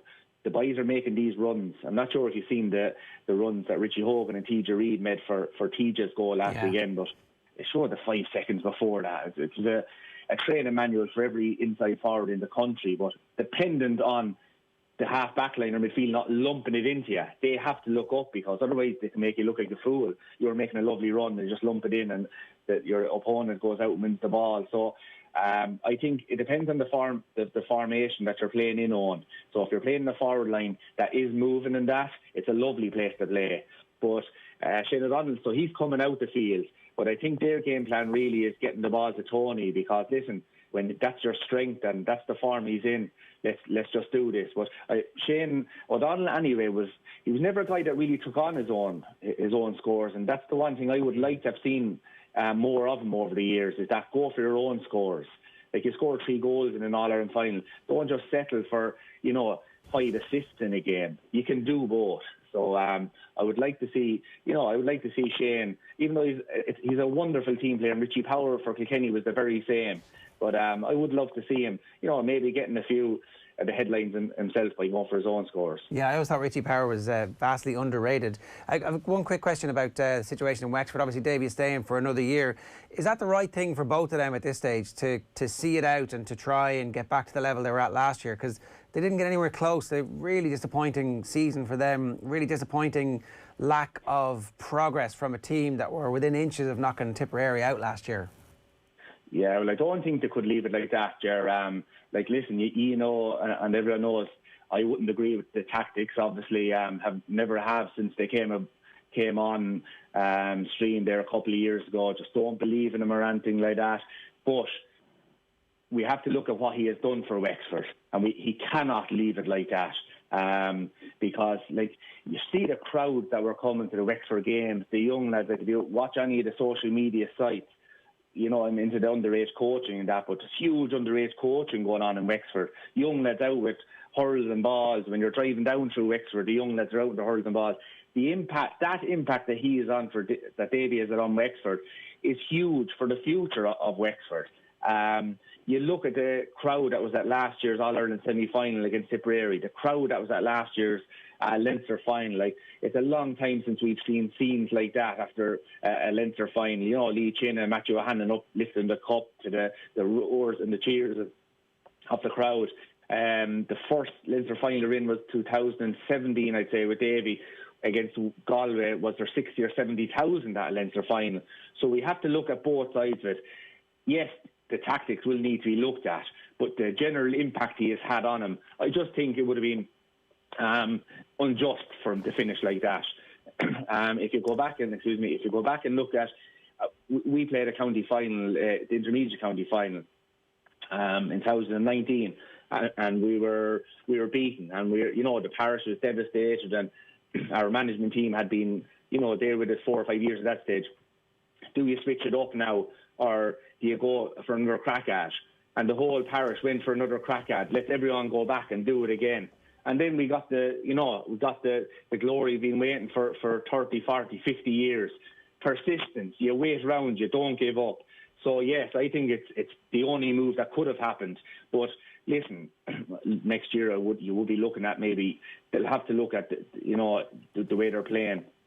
It seems to be a running game. Probably didn't suit this time of year, but will definitely have to be looked at. Tommy, good stuff. Thanks a million. Enjoy the games this weekend. Thanks, Tommy Walsh there giving us his thoughts on a range of different topics, including the Slumdog Millionaire and Richie Hogan comparison, which I've never heard before. But that's why we love spending time with Tommy. If you want to get in touch this morning, 087 180 180 is the WhatsApp number. You can use the hashtag OTBAM. John Duggan is with us. John, good morning to you. Gerno, how are we doing? Well, we're distracting ourselves from last night by looking forward to the weekend. 2021 will be a wonderful year for everybody, but we're not there yet. The Republic of Ireland among the third seeds for this World Cup qualifier draw on December the 7th. So we know that we failed to score for a 7th consecutive game. We know it's now 11 hours since we scored a goal. We know that Shane Duffy scored the only goal of 2020. We know that Stephen Kenny is yet to win a game in charge. Robbie Brady hitting the crossbar last night. That was the only effectively shot on target. Roland Curtis missing a sitter in the goalless draw with Bulgaria. They are relegated from the Nations League. We stay in our Pot B in the Nations League. And the manager backing his players after what he feels has been a very difficult run. There's a lot of issues, but probably in the last 2 camps we're probably missing players in double figures. But regardless, I think all of the players showed a brilliant mentality, gave everything of themselves, took everything, in their stride, and just applied themselves correctly. So I applaud them for that, and for the determination, even though we didn't win the game. What are the fans saying? I went on Twitter last night at John Duggan Sport, and I just canvassed the opinion of people, and I got a good response to that. And it's a mixture. Like, a lot of people are having sense. This is the tap in. This is quite a good point, actually. I wonder if he's hamstrung, this is Kenny, by the pomposity enigma of wanting to transform Ireland from a British style to a continental style with English league schooled and based players. I thought that was quite an interesting tweet that we got in there from the Tap In, which is a bar in London. Tom Sheeran, thank F, 2020 is over for Ireland. Aspects of the way we're playing is positive, but there's too much meaningless and risky play across the back. Not capable of playing like out there from the back either. Also need more substance up front. What else we got? Bob Dwyer, Kenny not up to it, should have never been given the job to start with. Should have brought a Harry Redknapp type manager in. Plays good direct football without being a long ball merchant. He can get the most out of players in a short space of time with the training camp. Bobby's a Spurs fan. Always giving out about us not having enough Spurs talk on. So well, we're getting it here. Names up in lights, and John Duggan's here. Come on. We've got plenty of Spurs talk. Derek Delaney, patience required all round on a true reflection of given the amount of withdrawals. Give him time. Kenny's the solution to the problem that's been building for 20 years. Lack of investment in the grassroots, etc., etc., etc. I think most people are of the view that he needs time. I think that, like, from the comments that we're getting, obviously the squeaky wheel is the one that you see the most, but actually the silent majority seem to be saying, look, we understand that he's had nothing to play with. And we got a very funny one at the end. Brian Hora, any truth in the rumours FAI Ireland are asking fans to send in their lockdown hub videos for the 2020 goal of the season competition. Yeah, obviously, Ger, Stephen Kenny deserves a World Cup campaign. Mick McCarthy got, 3 campaigns before he got us to major finals? Brian Kerr got a full World Cup campaign. Trapattoni got a couple. He deserves a World Cup campaign. And then we judge it at the end of the World Cup campaign where Stephen Kenny is. Unfortunately, we live in a 24/7 news cycle where everybody wants to make an opinion now that Stephen Kenny is out of his depth and we have to make a change. We don't. What Stephen Kenny, though, I think needs to do, there needs to be an agility around players like Jason Knight, Dara O'Shea. If they're good enough, they should be in the team. Like, Conor Harron's not playing for his club. Shane Duffy, if we had like all those 14 players back, should Shane Duffy be in the side? This is the agility. That's what Stewie Byrne was talking about last night with Nathan, about getting players on maybe earlier in the game. And look, when we have the full complement of players, that's when we need to make the judgments on how quickly we're making decisions, and are we getting the players in there that are good enough and are in form. Yeah, no, that's a fair point. One last one from you, John. Yeah, just in terms of what else is going on, Wales earning promotion to League A, 3-1 win over Finland last night. Phil Foden scoring twice as England beat Iceland 4-0. Northern Ireland drawing with Romania and Belfast 1-1. Open champion Shane Lowry in action in the RSM Classic in Georgia on the US Tour later, and Thurles this afternoon. Really good race involving presenting Percy, Kenboy and Monolly in a chase there. The racing beginning at 12:50. All right, we'll keep a close eye on that. More updates from John across the day on the OTB Sports app. And now I'm delighted to say Vinny Perth is with us to talk us through what we've learned from the opening 8 games. I don't want to just talk about last night's game, Vinny, really, because obviously it's hard to take too much from it. Maybe that's wrong. You tell us, was there stuff that you could take away from last night if you were involved in that backroom team, if you're managing that team?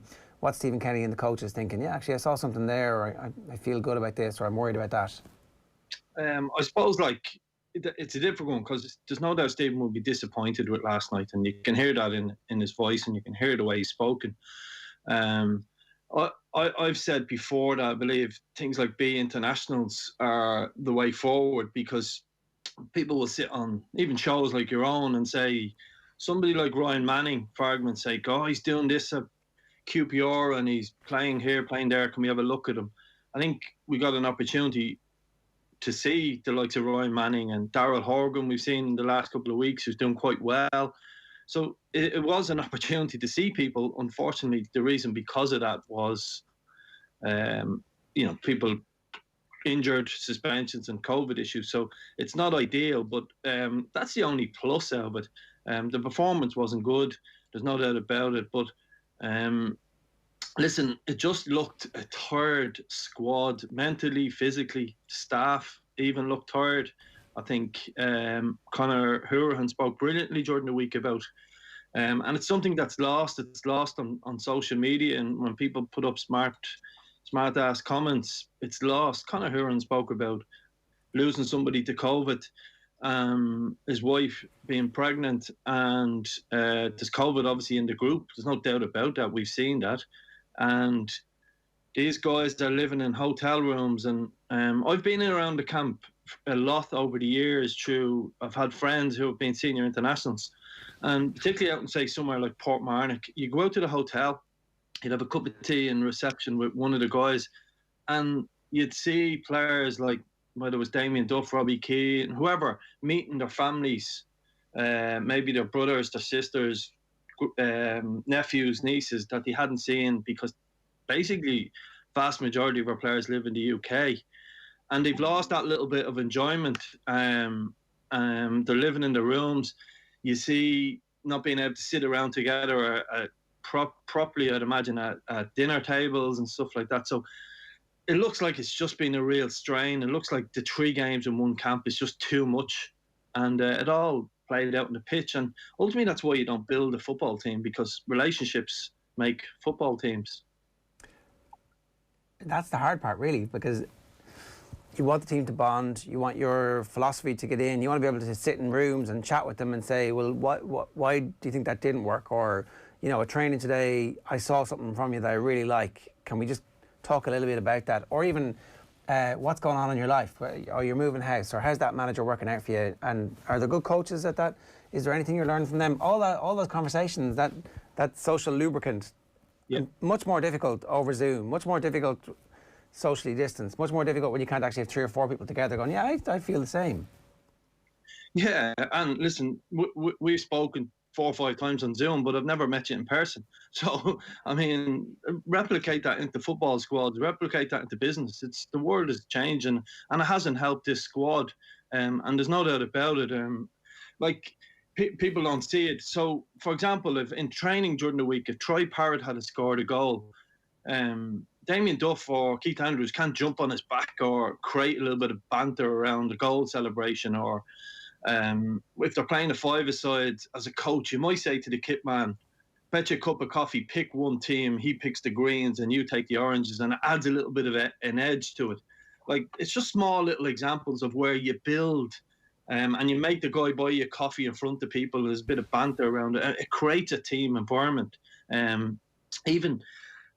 So when you see that, and when you add, say, Ryan Manning, a good example, use him again. Not most, but a lot of the players wouldn't have known a lot about Ryan Manning, and he didn't get a chance to sit with him maybe for a cup of tea or in around the breakfast table or dinner table, and then they're going out into an international and playing beside him and don't really know the guy. So all of that stuff isn't helping. It's not helped build the team. Ireland needs to build a team. Needs to build a club team mentality about what we do. I think Wales have done that under gigs over a number of years. They've done it before under Coleman. Northern Ireland definitely done it under O'Neill. Scotland have started to do it. So we need time to allow this group to develop. And that's ultimately COVID and other issues. You see it even in the staff, like Alan Kelly deciding that it wasn't in his best interest to travel to Dublin.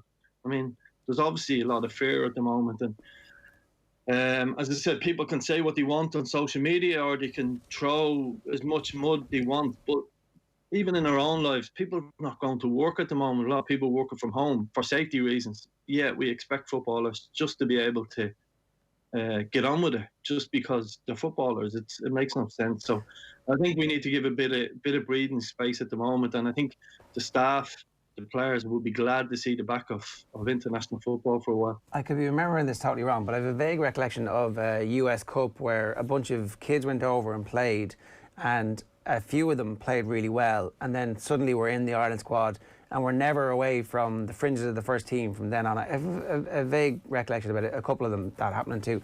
Is there any hope that maybe Knight and O'Shea are those two, and maybe Parrott, and that's it now, they're in the squad and we expect them to get game time, maybe not to start, and maybe Josh Cullen is another one, that those 4, they were here, they played a game, actually they stood up under very difficult circumstances, their personalities around the place were such that when the next squad is in, and it's a 23-man squad, a quarter of it are these young lads. Yeah, and that's the work. There's a huge amount of heavy lifting done for this squad, and people will make the debate about he's only a League of Ireland manager. I've heard it all. I heard on your show this morning some of the comments coming in. I understand them, but like, when I looked at England highlights last night, and you see people like Mason Mount, Foden, Rice, Grealish, Sancho, like, wow, England managed correctly. They certainly have the next golden generation on the way. They could win a European. We're not at that level, okay? But we shouldn't also forget that we've an amazing, a Premiership style back four. Coleman, Doherty, Duffy, Long, Egan, Stevens, really, really strong in that department. But what's ahead of that is actually exciting, and we shouldn't lose that. Parrott, as you said, Adam Ida, Malumbi, Conley, Knight, even Conor Coventry looks an exciting player for the 21s. So that Obafembi, Collins, there's O'Shea. We've got like a huge amount of things to be positive about. We're never going to beat England. The days are gone where Ireland go to England. We're gone for the foreseeable future. Go to Wembley and win games or and compete at the very, very highest level. But what we have to do is we have to get away from where we were, where our midfield was just half volleying the ball over the heads, and there was no structure to our team. We were given the ball back quickly, because with the players we have and the players we've coming through, we can be people around us. We can. When we played Georgia maybe a year and a half ago, they had more possession than us in the Aviva Stadium. We have to flip that back into our favour, have more possession, create more chances, and I think we will. So for me, the glass is half full, but at the same time, I understand where some of the criticism is coming. I just think we've got to be careful that in the world we live in now, COVID it's affected everything, and it was 3 matches in one camp is just nonsensical, and even like some of the injuries, some of the players going back to their clubs from every international team. You see Mo Salah is gone now for Liverpool for a couple of games. Like, it's just international football shouldn't be going ahead at the moment. What you're talking about there in relation to potentially not beating a side like England with a certain style of play, that sort of conversation is going to probably come up a bit over the next World Cup cycle, given Ireland are now a third seed and will have to play 2 higher ranked teams twice. David Myler was making the point earlier this week that Ireland have been easier to play against, I should say, under Stephen Kenny than under previous management. So, Vinny, how do they get to a point where they get back to that level of grit while also maintaining the good progress they've made stylistically? Yeah, well, I listened to David and I agree with him to a point, as in Ireland, I think he used the word need to play a little bit ugly at times. And we were all complaining about that. There's a balance to be found. The problem is, though, there's just been no consistency. We haven't created a team. There hasn't been players on the pitch that you could say, this is definitely Stephen Kenny's style. Yes, we've passed out from the back at times, maybe a little bit too much. When I seen a stat, in our first 172 passes last night, only 32 of them were in the opposition half. So that's something that has to be fixed. But to be fair, how do you fix that when, the team last night will not represent Ireland's starting 11. It's a complete mixture. I think we would have seen in this window that great debate of Coleman and Doherty playing on the same side. If everybody had been fit, I think they would have used this window to have a look at that. So, look, who knows what way we can play until we know what players we have. We have a massive issue, and I said this a couple of weeks ago to yourselves. We've players not playing football, and by the time the next international match comes, you may find that some players are playing regularly. Like, for me, the point that David was making, someone like Malumbi in midfield would suit that. But will he even get into the Brighton squad between now and Christmas? We don't know. Aaron Conley is set to take over as, maybe, I don't want to use the word the next Roy Keane. Will he get into the Brighton squad? He's been out of it since they signed Danny Welbeck. Will he get into it? We don't know. So we're in a difficult situation. But we do have to change. We are changing. People have to accept that because that's what they wanted. Now that the change is coming, we need to be patient and hope that our players get first-team football. That's first and foremost. And we cannot create a style until we know what players actually turn up. I think last night proved that there we had nothing about us last night for obvious reasons. We weren't a team. One of the things we've been debating all morning, Vinny, is how Ireland's midfield is going to look for the next international break. I guess it's like picking lotto numbers at this point. It's very, very hard to know who's going to be playing meaningful club football and at what level. But what's your gut instinct on that? Did we see enough from Jason Knight, for example, to make him a real contender? Well, yes, but again, and I hope I don't sound disrespectful to people who follow the game, but Jason Knight's been doing that for Derby for a good while. He's worked with the 21s, and his path of development has been happening, and there's a structure there and bringing people like Jason Knight through. So it's no shock to a lot of people. It's the same with Jason Malumbi. The problem we have is these people have to make the next step. So could I see Malumbi, Knight starting in midfield as a two in the World Cup campaign? Yes, I can. But they may not play football, and Conor Hurling may get back into the Aston Villa team. Jeff Hendrick may have an unbelievable next 6 months at Newcastle. And therefore, you wouldn't put Knight and Malumbi in ahead of them. So we're in a really difficult situation. But we have to learn from the other home nations and the other Northern Ireland, Wales, Scotland. The success they had was built on a team, and they have very similar players. And the difference probably for Wales is Gareth Bale with another assist last night. We don't have that star player at the moment. But listen, it's a difficult one. Does Adam Ida really kick on now at Norwich? Because he's behind a really good player at Norwich in the centre forward from Finland. So Pukki. Who knows?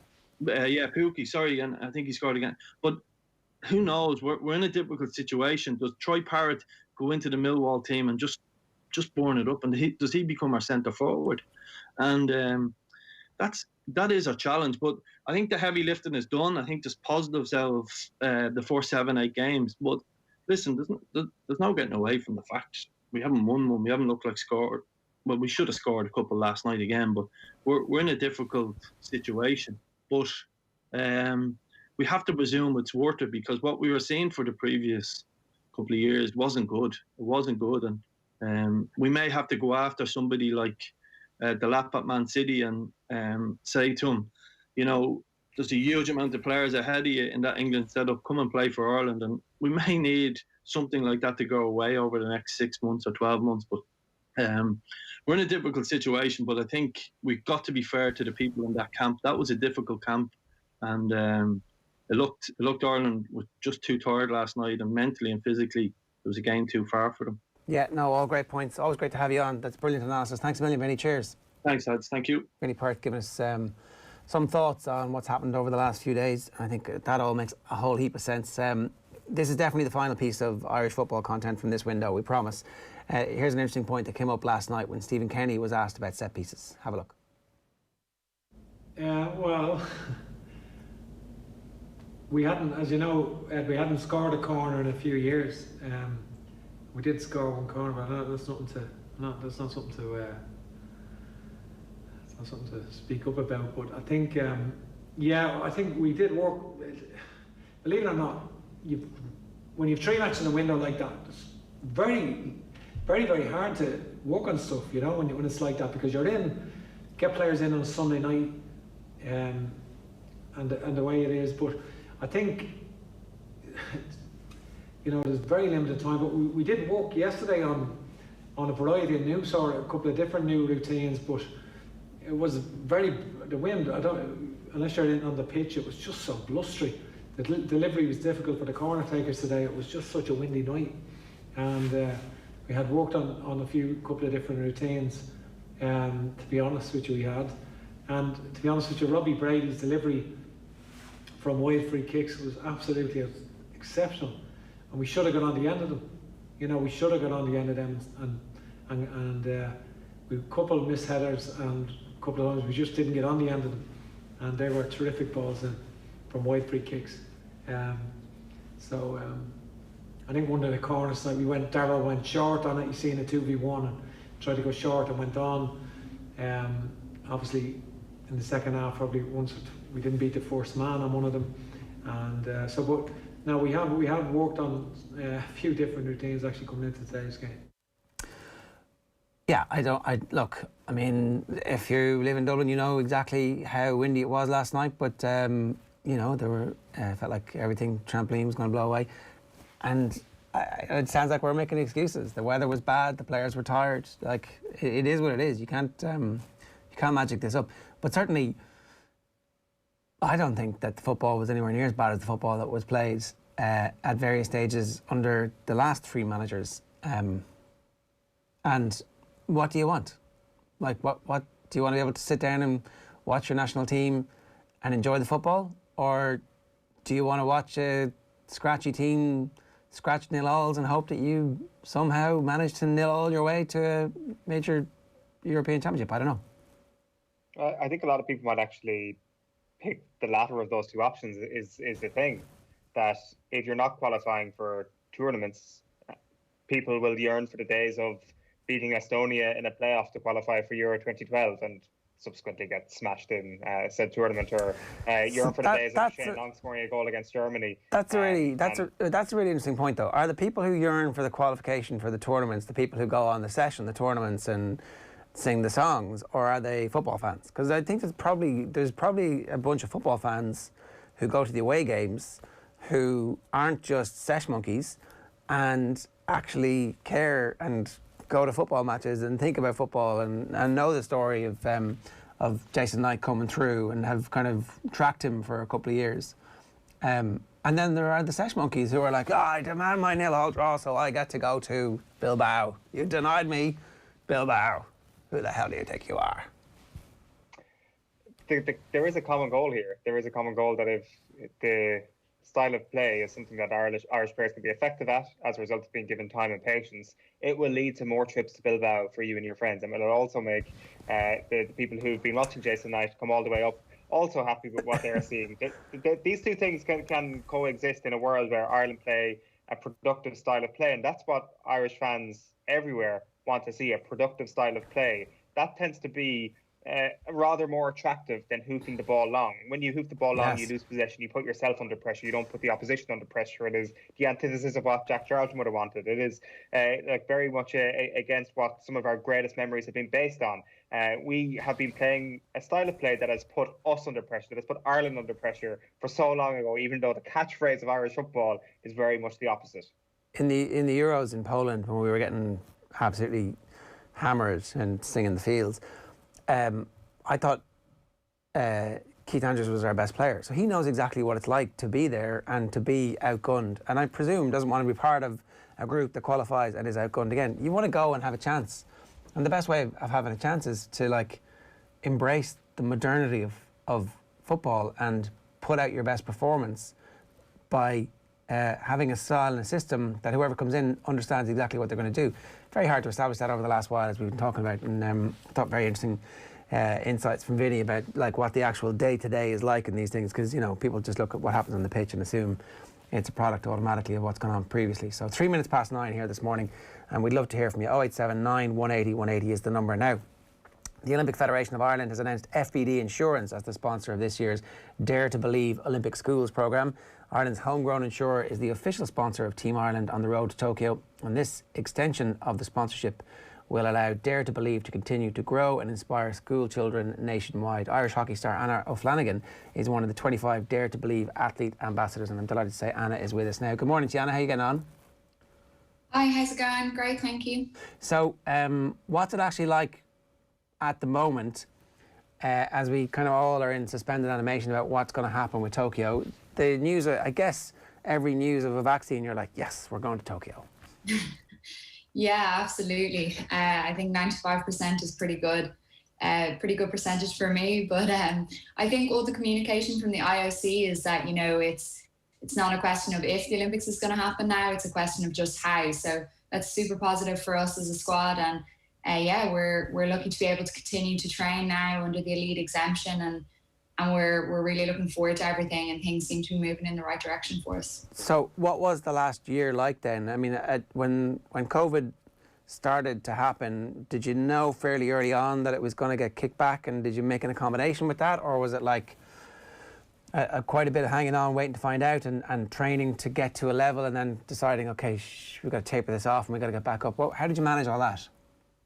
Yeah, it was definitely a bit of a roller coaster and definitely a bit of a challenge, I'm not going to lie. But I think at first, in the first lockdown, they actually hadn't called the postponement of the Olympics for a few weeks. So we were still trying to train away, but not really able to leave our houses in the preparation of Olympics that was set to happen in a few months. So that was very difficult. But then eventually the call was made, but they didn't actually set a date for another few weeks. So again, there was a postponement, but we didn't know whether, it was going to be this side of Christmas or next side of, in the new year perhaps. So there was a lot of toing and froing and trying to keep training, but not really sure what you were training for or when you were training for.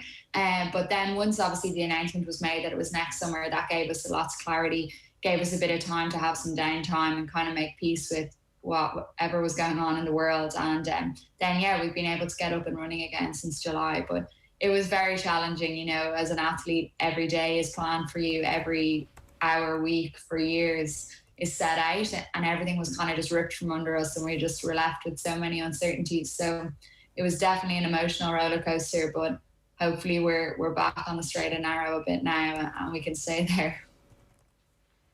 Is it tough for you, Anna, if you need that sort of singular focus to actually keep yourself motivated during training, not having that singular focus at times, not knowing whether or not the thing you're training for is not happening? Does that lead to difficulty for motivation for going that extra couple of yards in training?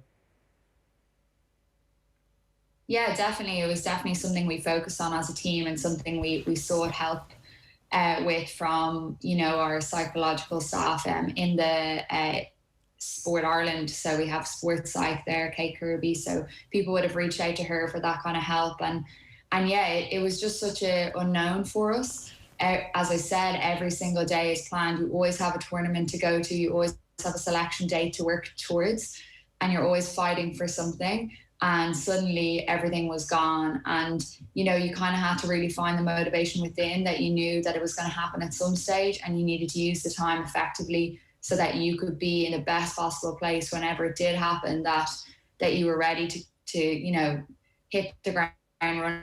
And I think that's probably what I tried to do, was just, how can I use this time to become a better athlete? You don't often get a few months where you don't have to play the game, or you don't have to focus really on your actual on-pitch performance. You can just focus on everything off the pitch. So I think you have to try and flip things sometimes to work in your favour. And I just tried to flip it to make myself a better athlete as best I could. But it wasn't always easy, and I didn't always have good days. Do you reckon the team will have a better chance next year than they would have had this year? Yeah, of course. A year, 12 months in international sport is a massive, massive time frame. And there are certainly, young girls that should be licking their lips at this opportunity. And I know if I think back to, years gone by, if it had happened for me at a young age, I would have been, very excited at the opportunity. So it's certainly going to present a lot of difficulties for the coaching staff. I don't envy them at all. It was always going to be difficult for them, and now there's definitely even more people in the mix. So to be honest, it's great. It keeps competition high. That's what we need. We need that now. We can't play international games, so we need competition to be massive at training, and we play inter-squad games, and it is really, really good now. So I think it just drives us to be a better team. Your own career path, you were in Holland for a couple of years playing. That's like the most elite level, it seems, at club level that you can get to. And then you've come back here while at the same time also having a career. It's this balance that the GAA players always have to get right, is making sure that you've got time to develop who you're going to be when you finish, while at the same time being as elite an athlete as you possibly can. What have you learned over the last couple of years to be able to get to a point where you're going to be able to represent your country at an Olympics and do justice to your talents, while at the same time having some sense of, like, actually I have an exterior life and I have a future beyond this? Yeah, it's definitely very difficult, and one that at times you can get a bit wrong, and you can kind of burn the candle at both ends, which is never good. So I think you have to pick times in the year when you focus on certain things over other things, and some things need a priority. And obviously in the lead up to an Olympics, you're going to prioritize your sport a little bit more. But I think what I've really realized is that when you have something going on outside of hockey in your life, if you have a purpose of what you might do afterwards, or if you have a goal in that sense, that it actually helps your performance on the pitch, because you're not waiting every minute of the day just to go out and perform, and you don't always have good days. So it's the things outside of your sport that can really help you perform on the pitch. So definitely that's something that I've taken. And also from being abroad, I think they perhaps have just a bit of a better setup in terms of helping athletes have that kind of dual career, as they call it. And I think sometimes in Ireland we're not so good at supporting our athletes to be able to have both a career and focus on their sporting lives. And I think we're well able to do it, and we've proven that for years. So it's great when you do get that chance, but sometimes I think maybe on the continent they're a little bit more open to it, which is definitely something I've learned, and can be frustrating at times, but with the Olympics so close now, we just need to keep our eye on that ball. Yeah, no, look, that's really interesting, because I presume after the Olympics you'll be able to hopefully download all those lessons and get that institutional knowledge into whatever is coming next in your own sport, but ideally beyond that as well. And I really hope that Irish sport learns from your group in particular, who are absolute trailblazers for the sport of hockey, for women's sport, and for yourselves. Like, are you conscious of that role that the hockey team has played in Irish sport? 'Cause, we've become woke as a nation through the 20 by 20 campaign to centuries of underinvestment and not paying enough attention, and you guys are like right there at the forefront of. You did it in spite, and before that happened. Yeah, I think COVID, while it brought so many difficulties, it did kind of give us that chance to reflect back maybe on what we have achieved and the things that we have done for the sport, and also for female athletes around the country. And I think, we didn't really get to dwell too much on that qualifier in November of last year, where there was nearly 7,000 people sitting in a rugby stadium in Donnybrook watching a women's hockey team play in maybe the worst weather we've ever seen in Ireland. And I think, COVID has given us that chance to really, for that to sink in, and for us to really realise maybe the platform we have. But yeah, it's still not easy, and we're not, plain sailing by any stretch of the imagination. And we've still had, as a team, financial difficulties this year. Individually, we're still trying to get by every day and trying to make that balance. And I think, going forward, I'd love to see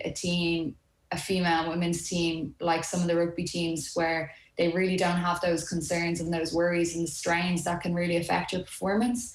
So hopefully that is something we can get to, considering, what we have achieved and the heights that we've gotten to. But the support is there. Obviously for us, we have park developments in Sofco, which are great, but we always need more, and female teams around the country always need more. It's never just, enough to just settle for what we've got. We've got to keep pushing.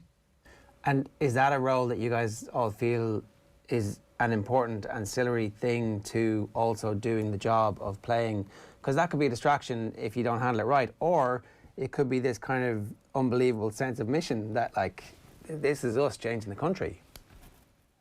Yeah, definitely. I think for us as a team, for the last few years, we've always wanted to create a legacy and leave something special behind us. So that is definitely a motivating factor, that we are part of that team that changes the face of this game, or changes the face of female team sport, forevermore, amen. And I think that is a motivating factor. But as you say, you do need to balance it quite carefully, because, it is upsetting and frustrating at times when, you might compare certain setups or what other people are getting and what you're trying to do, and especially with how much you've achieved. So you certainly need to try and keep it in a box and open it when it needs to be open, but be able to just focus on the task at hand. At the end of the day, our goal since we've been kids has been to go to an Olympic Games, and if, whatever needs to happen for us to get there, we're going to do it. But it would be nice if we had a little less stress along the way. Yeah, no doubt. Listen, Anna, keep up the great work, and obviously the whole country is right behind you. Thanks a million for joining us this morning.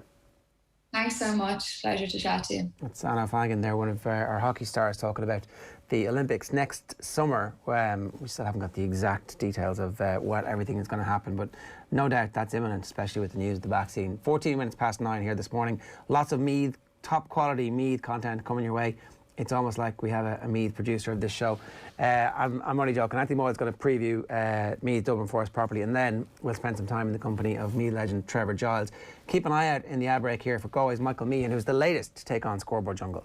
OTB AM on OTB Sports Radio, Ireland's first and only sports radio station. The Saturday panel on OTB. We're talking about these lighter footballs, you're right, but it's with the pace which they come through, and it would literally be a case where I would do sessions of heading 20, 30 balls where I would be literally feeling dizzy after it. So now to hear these type of statistics and the research that's gone into it, of course, it's a major worry. Don't miss the panel every Saturday afternoon on OTB Sports Radio. Tune in 24/7 on the OTB Sports app.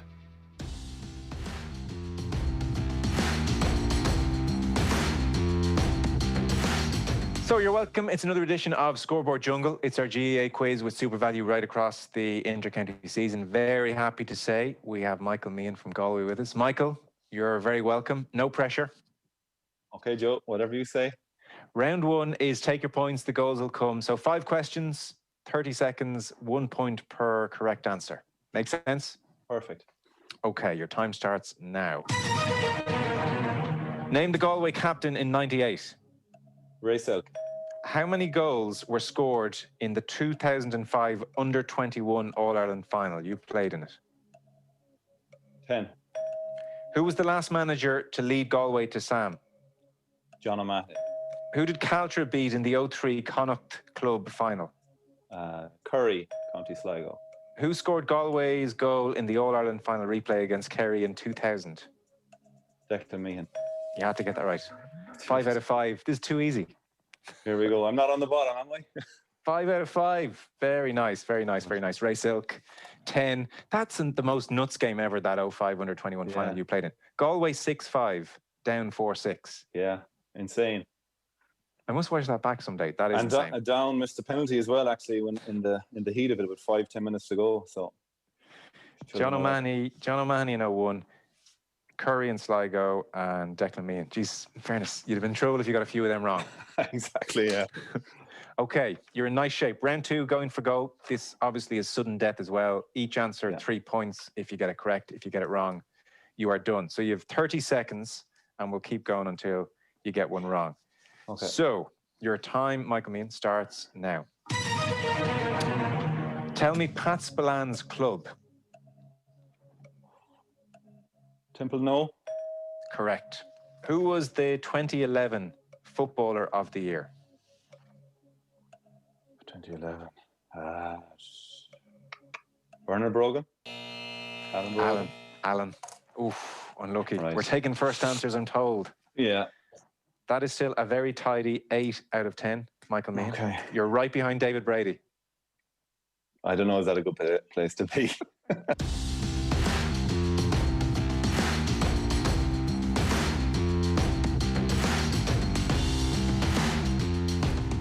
Into sports. 20 yards out, Ursha shoot. Oh, what a goal from Fabinho! Wow! Then get into the all-new OTB Sports app. I think when he apologises to me, I probably will say hello to him, yeah. No.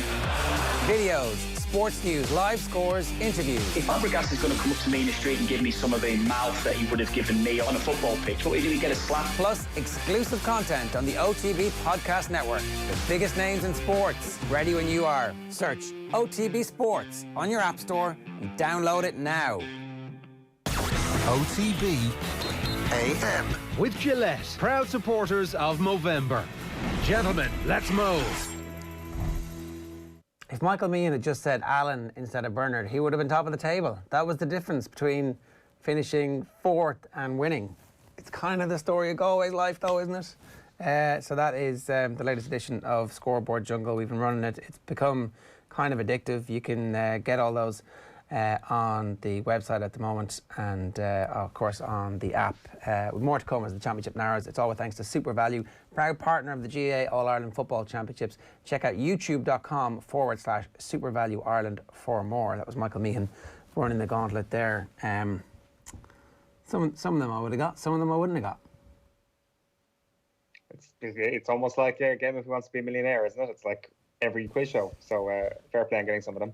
A reminder, OTB AM is live in association with Gillette. Good morning. Start with Gillette, giving you the confidence to tackle the day ahead. What's on TV this weekend, Owen? Well, after last night, you'll be happy to know there is more sport for everybody to get stuck into over the next couple of days. I'm sure that's what everybody wants to do. Spend 90 minutes in front of the television watching football happen, and that's exactly what you can do from 7:45 tomorrow night as Bows take on Dundalk on RTE2. It is the FAI Cup. Saturday then, let's get underway at 8:45 a.m. Argentina against Australia in the Rugby Championship. So you're up early for that. It's over at about 10:45 a.m. You got a couple of hours to yourself. What you should be doing at this time of the year is checking the forecast regularly. When are you going to have that 30 minutes where it stops raining, where you can actually get out for a walk, get out for a run? Chances are on Saturday, it may be a completely bleak day. There may be no sunshine whatsoever. Watch The Crown. Just binge watch The Crown all day if you're sick of sport, because I can imagine a lot of people probably will be after last night. And after just sitting in front of your TV for the last couple of weeks. I will say, though, 12:30, Premier League is back. Newcastle United against Chelsea looks like a decent fixture. 1:15. It's going to be hard to stay away from, your anti-sport policy, if that's what you're going to pick, from 1:15, because it's Galway against Tip in the hurling championship. 3 o'clock then is that rugby game, England against Ireland, which also happens to be kick-off time again in Aston Villa against Brighton. Loads of Irish interest in that game on the bench, so you can flick on that to see perhaps a camera panning to Aaron Connolly or Jason Malumbi or Conor Horan. Well, I suppose Connolly won't be there, sitting on the bench at the weekend. Clare against Waterford is 3:45 then on Saturday, and then the 5:30 kickoff is Pep against Jose. It is Manchester City against Tottenham Hotspur at 5:30. 7 o'clock then is Dublin 221, Meath 11 points in the Leinster football final. At 8 o'clock is Manchester United against West Brom. But maybe a better game than that at that particular time is going to be Atletico against Barcelona in La Liga. You can stay up late as ever to watch UFC from Las Vegas. UFC 255 gets underway at about 3 a.m. on Saturday night. For those people who have a little bit of insomnia, Sunday, 1:30, Cork against Tip. That's your first appointment for the day. So you got your morning to yourself. Finish off the prime, go for a run. If it's bleak, maybe, I don't know, do whatever you want to do indoors. People have been used to doing that for the last year, basically, at this point. 4 o'clock is Ulster finals time on Sunday, Donegal against Cavan. And then the 4:30 kickoff in the Premier League is not a bad one. It's Leeds against Arsenal before 7:15 sees Liverpool take on Leicester City. So the Premier League fixtures are really good this weekend. And then, as ever, Sunday night is NFL time. Titans at Ravens is the pick of the 6 o'clock fixtures. 9:25, Packers at Colts. And then at 1:20 a.m, the Chiefs are at the Raiders in a divisional matchup there. All right, all good stuff. 22 minutes past 9 this morning. Time for us to turn our attention to the football at the weekend. I'm delighted to say Anthony Moyles is with us. Good morning to you, Anthony. How are you getting on? Morning, Ger. Morning, on. How you doing? I've been making the case that Andy McEntee deserves a lot of credit. He kind of hasn't publicly admitted that they've turned into a team who've looked at the problem and tried to solve it, whereas the rest of the Leinster counties have looked at the problem and said, I don't want any part of that. Andy McEntee has the problem of facing Dublin, guaranteed, if he wants to progress. And he's like, well, how are we actually going to do that? The rest of the Leinster counties have decided we're going to become super defensive and try not to get beaten at the gate. And I'm thinking, fair play to him.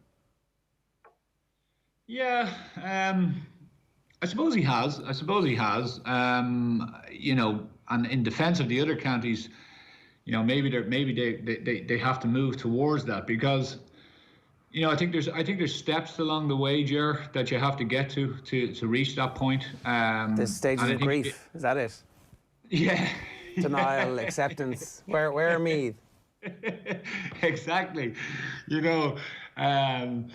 Yeah, the stages of grief are right. Well, I put it this way. I would say Andy would love to be in this position now with this team in his first year rather than where he is now. So what I mean by that is he has finally molded a team, I think, that is physically and athletically able to withstand and stay with Dublin for, fingers crossed, the duration of the game.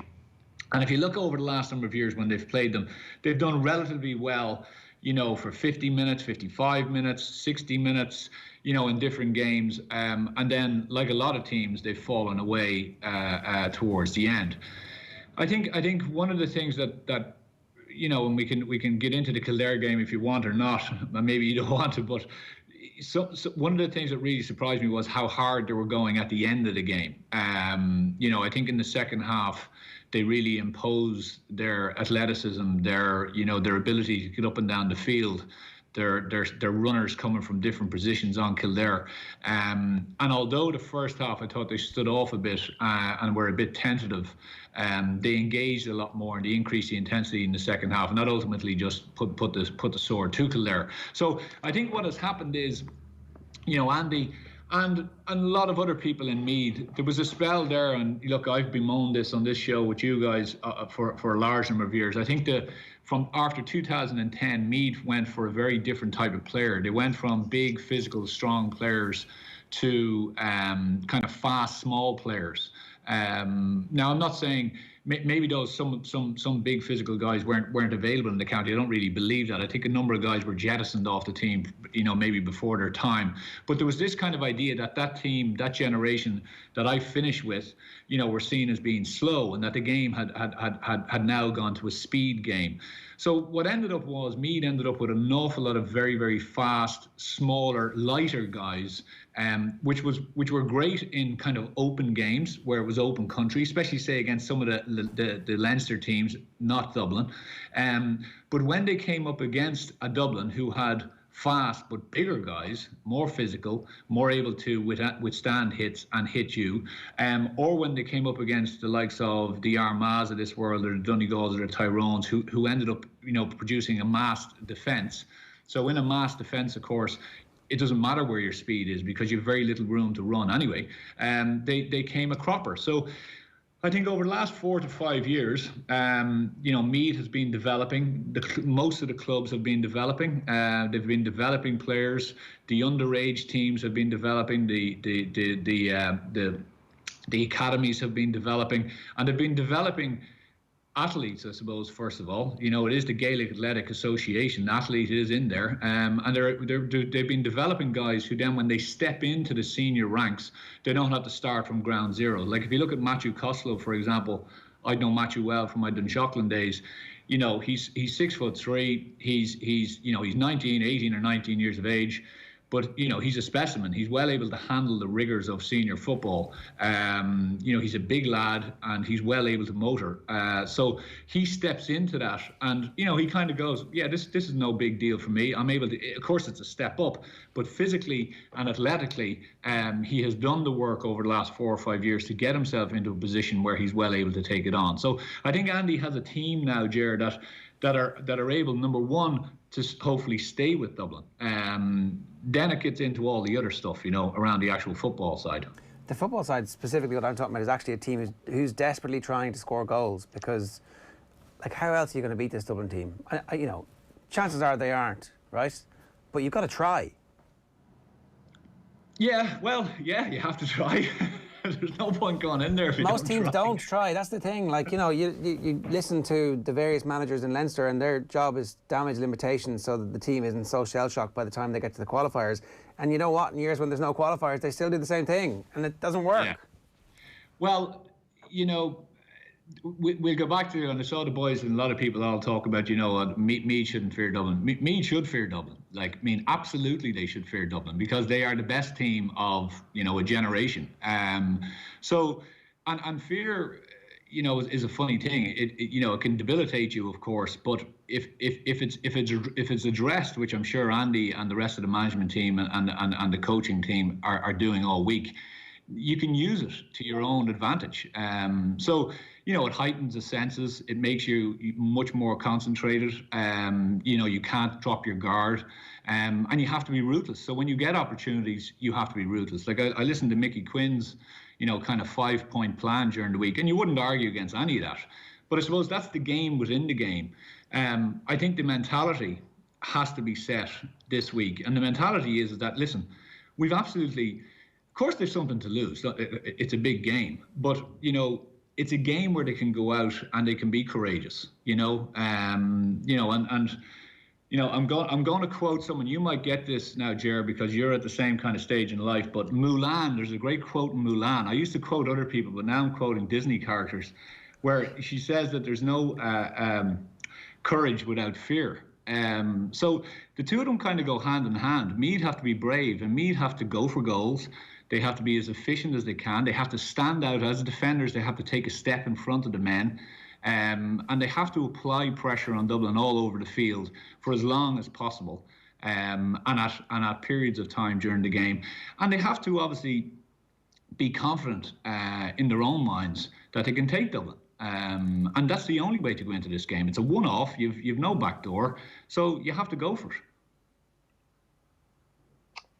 That's a really good analogy there. The Mulan quote is definitely the best cultural reference we've had this morning, Anthony. Like, do you reckon that the fear does actually at times set teams back then? Like, are you confident basically that this Meath team can channel that into courage? Have they shown that they can channel this into courage? Like, what was the representation of that in last year's match between them, for example, in the championship?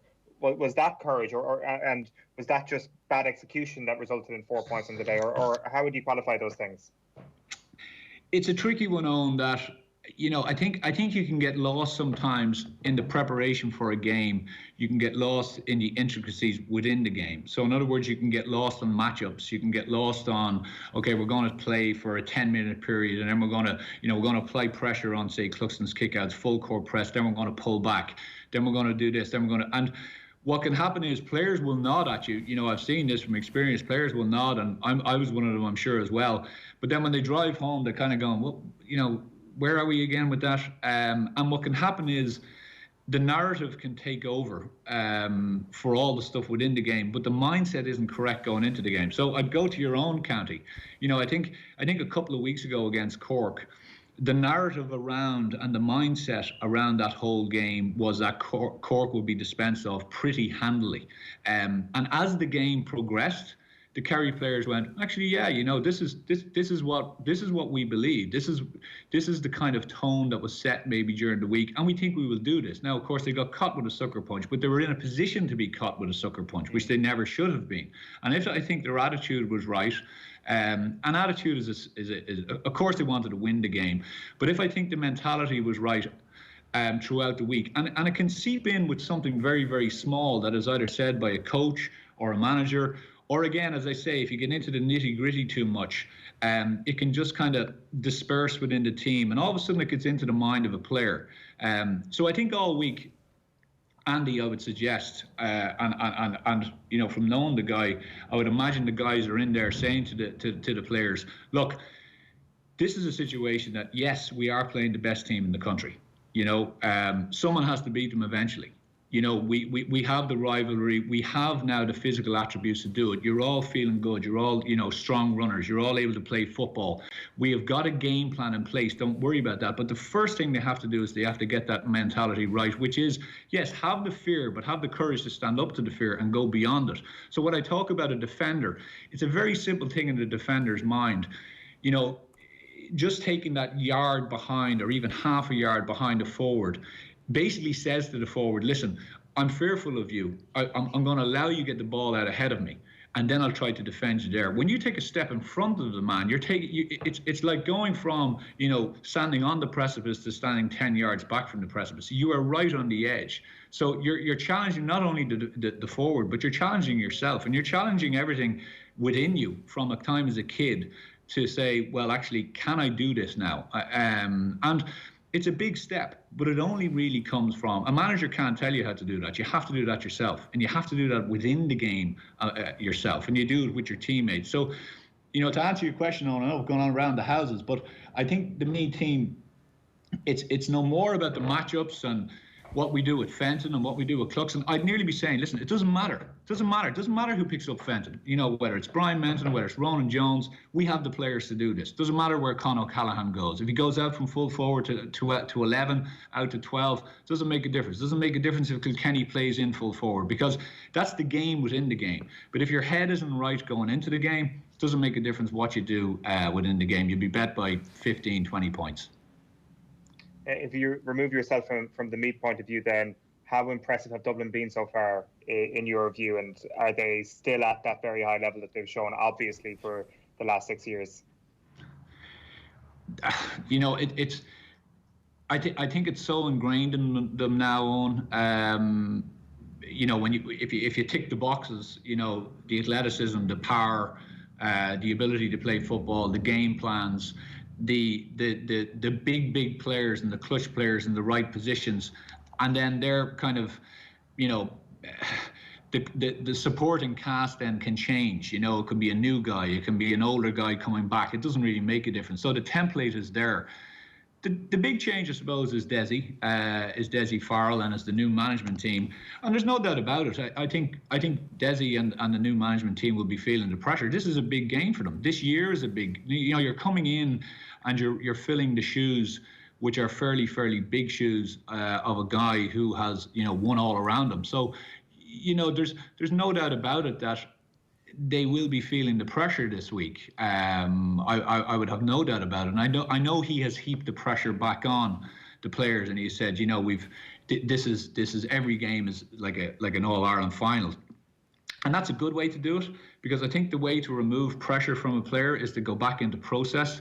And I think Dublin are very good at that. They're very good at processing and going, okay, we have a process of dealing with whether it's Longford, whether it's Westmeath, whether it's Laois, or whether it's Meath. They just have a process of dealing with it. And they say, okay, this is how we're going to prepare. But again, to get back to my previous kind of just topic of mentality and narrative, it's very simple for that narrative to change within a player's mind, that all of a sudden that process starts to tweak a little bit and they start to feel pressure. And it could be the older guys or it could be the younger guys. Perversely, I think this year has probably helped Dublin. I think a number of those older fellas, and when I mean older, I mean guys who've just been on the run for the last 6 or 7 years. I think they probably really enjoyed the break, you know, of getting back to the club. I was speaking to one or two of them about 2 or 3 months ago, and they were saying that they were delighted to be back at the club. They were delighted to be back playing club football, back with their buddies, and probably a bit off the kind of hamster wheel of the Dublin inter-county scene that it has been for the last number of years for them. So if anything, that's probably a warning sign for the rest of the country in the sense that they're probably rejuvenated. Yeah, that's a scary thought. Anthony, great stuff this morning. Thanks a million. Enjoy the game this weekend. No bother, lads. Cheers. That's Anthony Moyles giving us some thoughts on Dublin Meath at 9:36 this morning. Let me tell you, we've got Dadcast at noon on OTB Sports Radio, Colm Cooper at 1 o'clock, Golf Weekly live from 2, State of the Union with Michael Cheika and Andrew Mertens. Our retro panel is The Sporting Mindset with Anthony Moyles, Hugo McNeil and Adrian Russell. And Wexford 56 is OTB Gold this evening. Now, we're rounding off our Meath special with this. It is Trevor Giles chatting to Aisling O'Reilly, and a good old 20 minutes in the company of an absolute legend. It's Trevor Giles. Stay tuned. So, hi Trevor, thanks a million for joining me. No problem, Aisling. Very welcome. So today Leinster GA have launched the Becco Club Champion competition, just to highlight the incredible work that many different clubs are doing, and this year especially, I think we've seen GA clubs go above and beyond. So for you, Trevor, your club Screen, just a stone's throw away from me here in Ratoath, how important was your club for you when you were playing? Oh God, the club for me was, I suppose I can go back to my granddad was a player with Screen and a mentor and an official and a groundsman, and you know, when I was 5 and 6, you know, he'd be down cleaning out the dressing rooms and marking the pitch, and I'd tag along with him, doing none of the work at all, but just kicking the ball over the bar or wherever. Spent a lot of my youth down there, and he brought me to loads of matches at underage when I was still too young to be playing, and eventually got going myself and playing, and worked my way up from there. So I'm still living in Screen, and still helping out with the underage there, and probably following my grandfather's footsteps and being official and a groundsman and whatever I can do until my dying days. Brilliant. And you probably have some fond memories of when you won the All-Ireland and probably arriving back with the cup.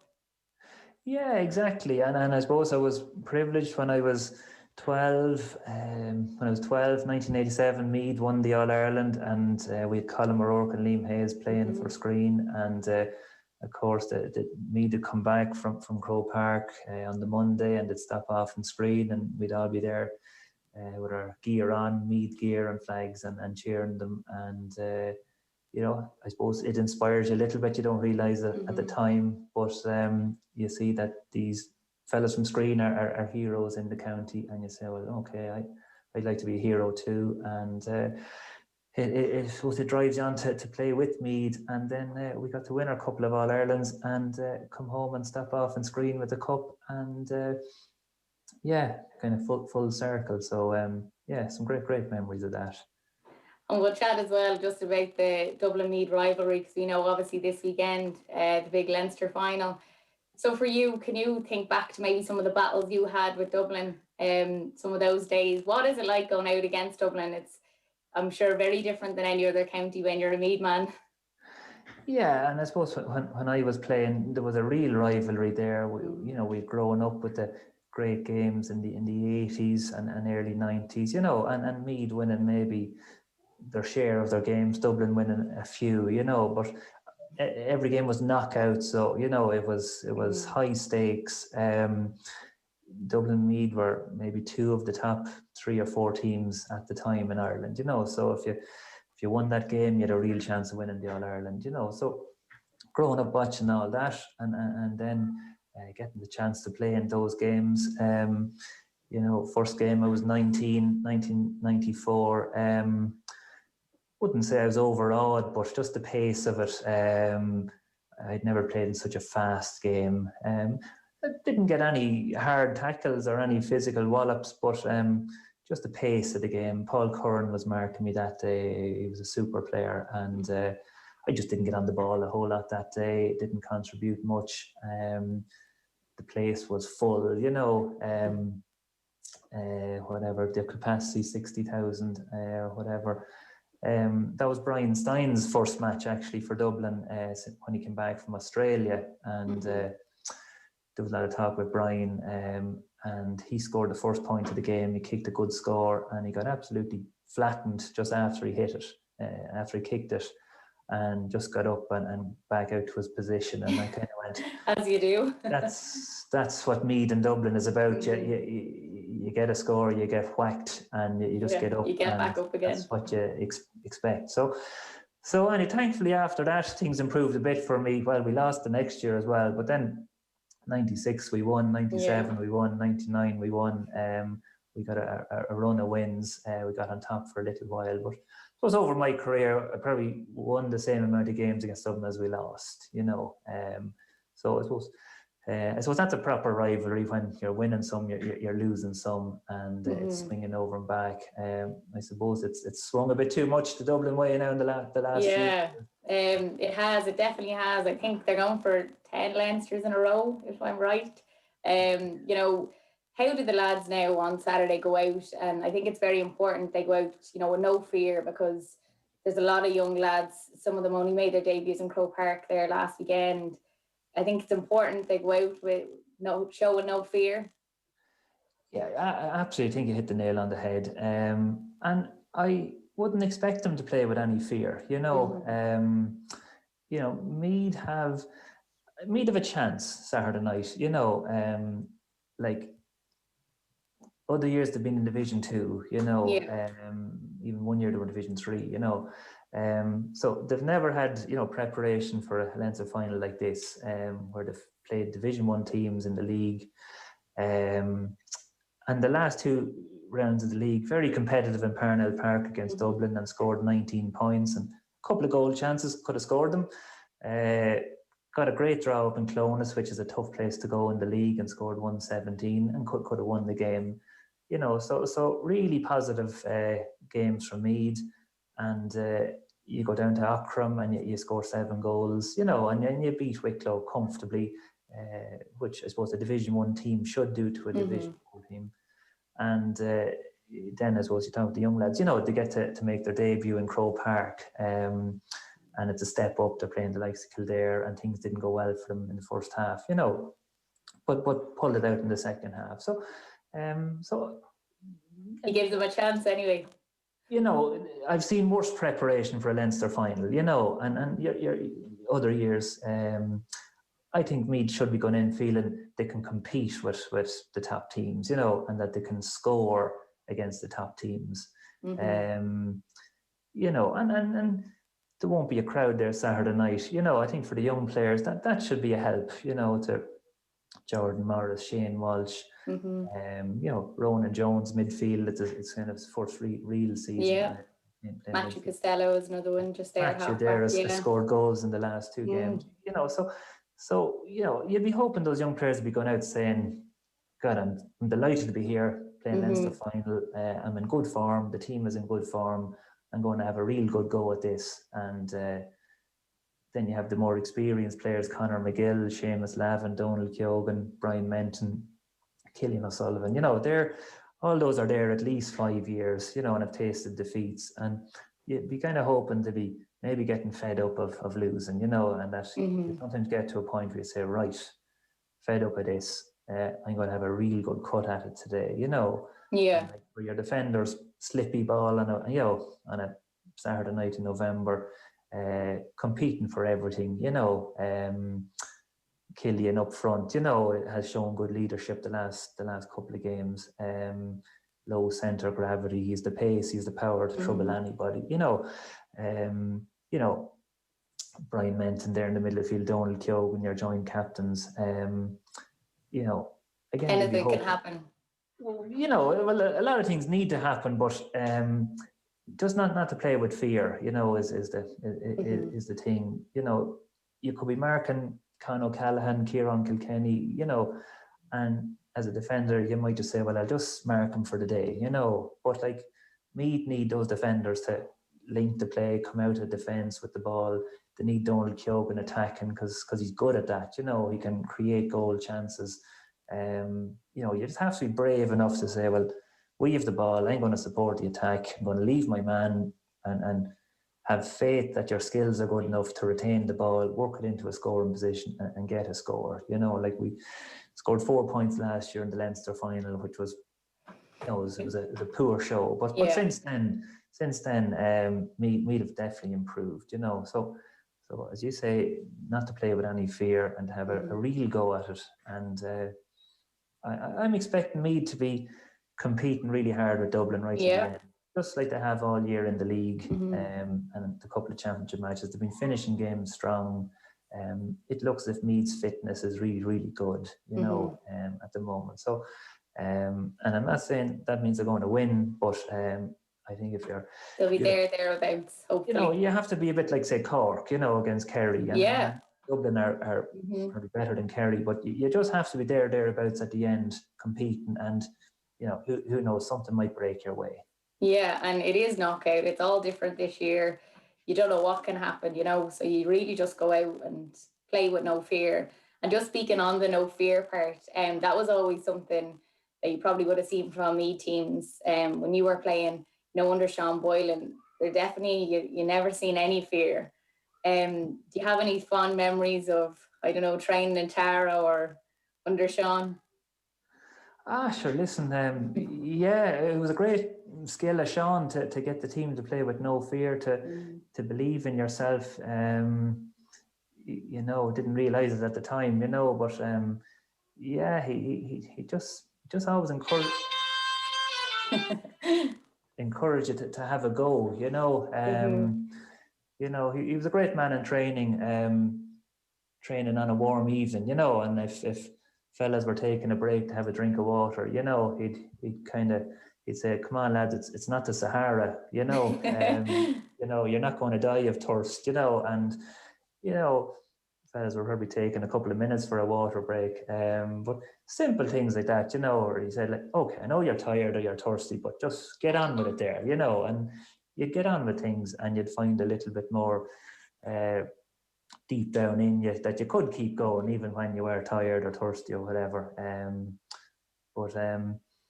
No, it's a great thing, and I've seen Sean quoted over the last few years, and he'd be urging me to have a go at it, you know. And you know, if you fail trying to have a go at it, like, no one will ever give out to you for it, you know. But getting back to the knockout, you know, I suppose I'm kind of enjoying the knockout. It was, I suppose, a format. Brings a lot of excitement. I played most of my games in my career, they were all knockout. You know, and you were getting up on a Sunday morning and kind of saying, right, it's do or die. The season could be over. You know, next Tuesday could be back with the club, you know, and it definitely raised the stakes, you know. And I suppose since the back door has come in and you see a team interviewed after getting knocked out in the province, and people saying, well, we'll take the positives from it and we'll, you know, work on that for the next round of the qualifiers, you know. And you probably get a bit fatigued listening to that. You're kind of going like, you know, it's a safety valve, you know. And when I thought of the pressure, you know, I'd feel myself in those knockout games, you know. It's I'm kind of enjoying seeing it now. And, you know, we all knew when that goal went in for Cork deep in injury time, you just knew, right, Kerry gone, you know, just like that. Kerry were gone, no time to reply. No. And you know, it's too harsh a format going forward. You know, it's the right format for the year that's in it. Yeah. You know, and I say I'm enjoying it. Yeah. And another question that I've always wondered, and I never actually found out why, but how come you had the sleeveless jerseys back in the day? Sleeveless jersey, yeah. Famous. Yeah, and I only wore it 3 times, but yeah, everybody does remember it. It was 1999, and I had been asked by the GAA to go out to Australia at Easter as physio to the Ireland under-17s. They played the Australian under-17s at Easter over in Australia. And when you get a phone call inviting you to go to Australia for a couple of weeks, I said, yeah, grand, yeah, we'll do that. And bought a couple of Aussie Rules tops when I was over there and kind of came back, and I'd be wearing them at training. And it was a good summer, 99. So I remember Ollie Murphy did ask me or said to me, oh, it'd be class to wear jerseys like that tomorrow, you know, in the Leinster final. And it just set me mind thinking. And, you know, you had loads of Meath key pack number 11 jerseys, you know, so I just went home, cut off the sleeves, and I said, yeah, I'm going to go with that tomorrow. Now, that it would be very much against my nature to stand out from the crowd and do something different like that, but it was a year. I had done my cruciate ligament the year before, and I was coming back from that injury in 99, and I had done a huge amount of work to build up the leg strength and get back fit and work on all the things I had missed out on for a few months. And I just had a load of work done that year in preparation, and the confidence was just really, really high with me that I could do something like cutting the sleeves off the jersey and still play well. You know, it wouldn't affect my game. So, but anyway, we won the Leinster final that day, and we went on and won the All-Ireland. And I got a rap on the knuckles from the CCCC that if I did it the following year, if the team wasn't attired uniformly, that the referee wouldn't let the game go ahead. So that's what I wondered. Did you ever get any fines or anything? I thought, I don't know, as a child, I used to think, I think I was told that we got a fine every time or something like this, and you had the yeah, like those days you got fined if you didn't have your socks up for the parade and all sorts of things, and or if someone had slightly different socks or different shorts. So I think it was something like €100 for the first game, and it was double for the All-Ireland semi-final, and it was double for the All-Ireland final. And it was all worth it. It came to a point there where the referee wouldn't start the game the following year if the team wasn't attired uniform. You know, that was fair enough, yeah. And did Sean mind you wearing it at all? Yeah, I suppose for the All-Ireland final, the county board were getting fine money, and they wanted me to go, you know, with the normal proper jersey, and dead right. And Sean, you know, asked me to, you know, toe the line and just, and I kind of said I would. And then I kind of thought about it, and I kind of said, well, this is working at the moment, you know, be a little bit superstitious. And you know, I didn't put on my jersey for the All-Ireland final till we were running out onto the pitch. So I just kind of had it in my hand and threw it on going out in the tunnel. And I suppose Sean, when he saw me warming up, he knew I'd gone against his wishes. And dead right, he wasn't happy at all.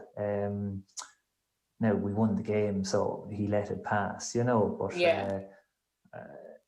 I did feel bad going against Sean Boylan, you know. If Sean Boylan got annoyed with you, you're after doing something wrong or something bad, you know. So, listen, all was forgiven, but I suppose I was a bit stubborn at the time, you know, Oh, well, at least she's got the win and it was all worth it in the end. Yeah. Big time. And we heard the news as well about another Meath legend, Graham Geraghty. He was admitted to hospital, and thankfully we heard good news there in the last week or so. I know his wife Amanda was speaking about it, that he's at home and he's recovering. He was a legend of the game, and it's just amazing to hear that he's doing well. Yeah. You know, not too many things would stop me in my tracks, you know, but to know a fella 2 years older than you that was really, really fit and healthy, you know, had a bleed on the brain, you know. It was major news. You know, he like to have brain surgery for 7 hours, you know, it's really complicated stuff, you know, and to get home after 2 weeks, I'd say is really, really good progress, you know. And you know, I suppose operation is a success if you come through it, you know. But then obviously the next few weeks you have to get moving your arms, you have to get talking, your memory comes back, your hearing, your balance, you know, all these things, you know, that we take for granted. So you know, hopefully all that happens over the next few weeks. I just sent him a text last Friday just to, you know, encourage him, hope you to say I heard you were doing great and keep it up. And he replied straight away that he was doing well, the doctors were happy, he was going to be getting home that day, you know. And when some person replies to your text straight away, you kind of think, oh, they're grand, you know, they're perfect. That's what you do when you're not injured or so it was great to get the quick reply from him, but I'm sure there's loads of things he's working on, that he's trying to get everything back. But like no better man. You know, he's had, you know, injuries. He ruptured his Achilles tendon late in his career with Meath, and came back from that. You know, he's been kind of sent off in games, and there's been controversies, and he just bounces back, you know. He really good from that point of view. Nothing gets him down. He doesn't overthink things, you know. He just gets on with things, and I suppose everything in life so far has worked out for him, you know. Whatever has come his way, he's overcome it, you know. So he's just a person I expect him to bounce back from everything that comes his way, you know. He's just that kind of a person. So but yeah, we'll keep him in our prayers. Exactly. As you said, it did stop everyone in their tracks. Like, not only here in Meath, you know, we seen everybody was talking about it, tweeting about it, but the whole of Ireland, you know, it really did. Everyone got behind him, and we wish him well. So Trevor, I don't have much more time, but I'd love to know, if looking back now, what's your favourite GA memory from everything that you have achieved with Meath? I suppose, you know, winning my first Leinster final against Dublin in 1996 was the greatest release of pressure ever, you know.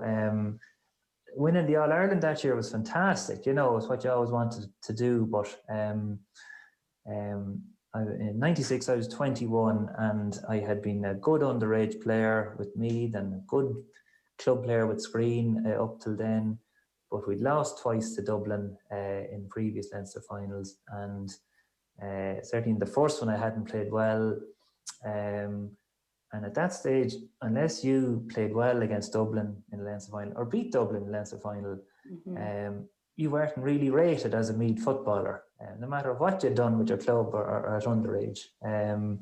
So I carried a huge amount of pressure into that game. 96, Dublin were All-Ireland champions. We won by 2 points, 10 points to 8, really low scoring, really wet day. But, you know, just to be able to wake up the next day and say, yeah, I played well, we beat Dublin, you know, it could never be taken away from you. So so that was my greatest, for Meath, greatest memory. And I hope there's a load of Meath fellas waking up Sunday morning feeling the same. feeling the same, yeah. Well, I think as a child anyway, I've a lot of fond memories of the 90s watching Meath, and I think one that I'll always remember is we used to wait for you to come back into the county club there in Dunshaughlin. So I remember in 1999 we were all waiting for you and you was all right back with the cup. So hopefully people will get more memories like that soon. Yeah, it was the place to be, the county club, all right, in those days, and the players could mingle with family and friends. You know, there always seemed to be room for everyone in it. They always looked after us very well. You know, meals and everything. But yeah, you know, you could be in other places around Dublin or whatever. You know, after a game, or the Skyline used to be a place you might go after a game. But once you got to the county club, you're really home and you're with friends and family. And yeah, it was a great place to be. OTB AM. With Gillette, proud supporters of Movember.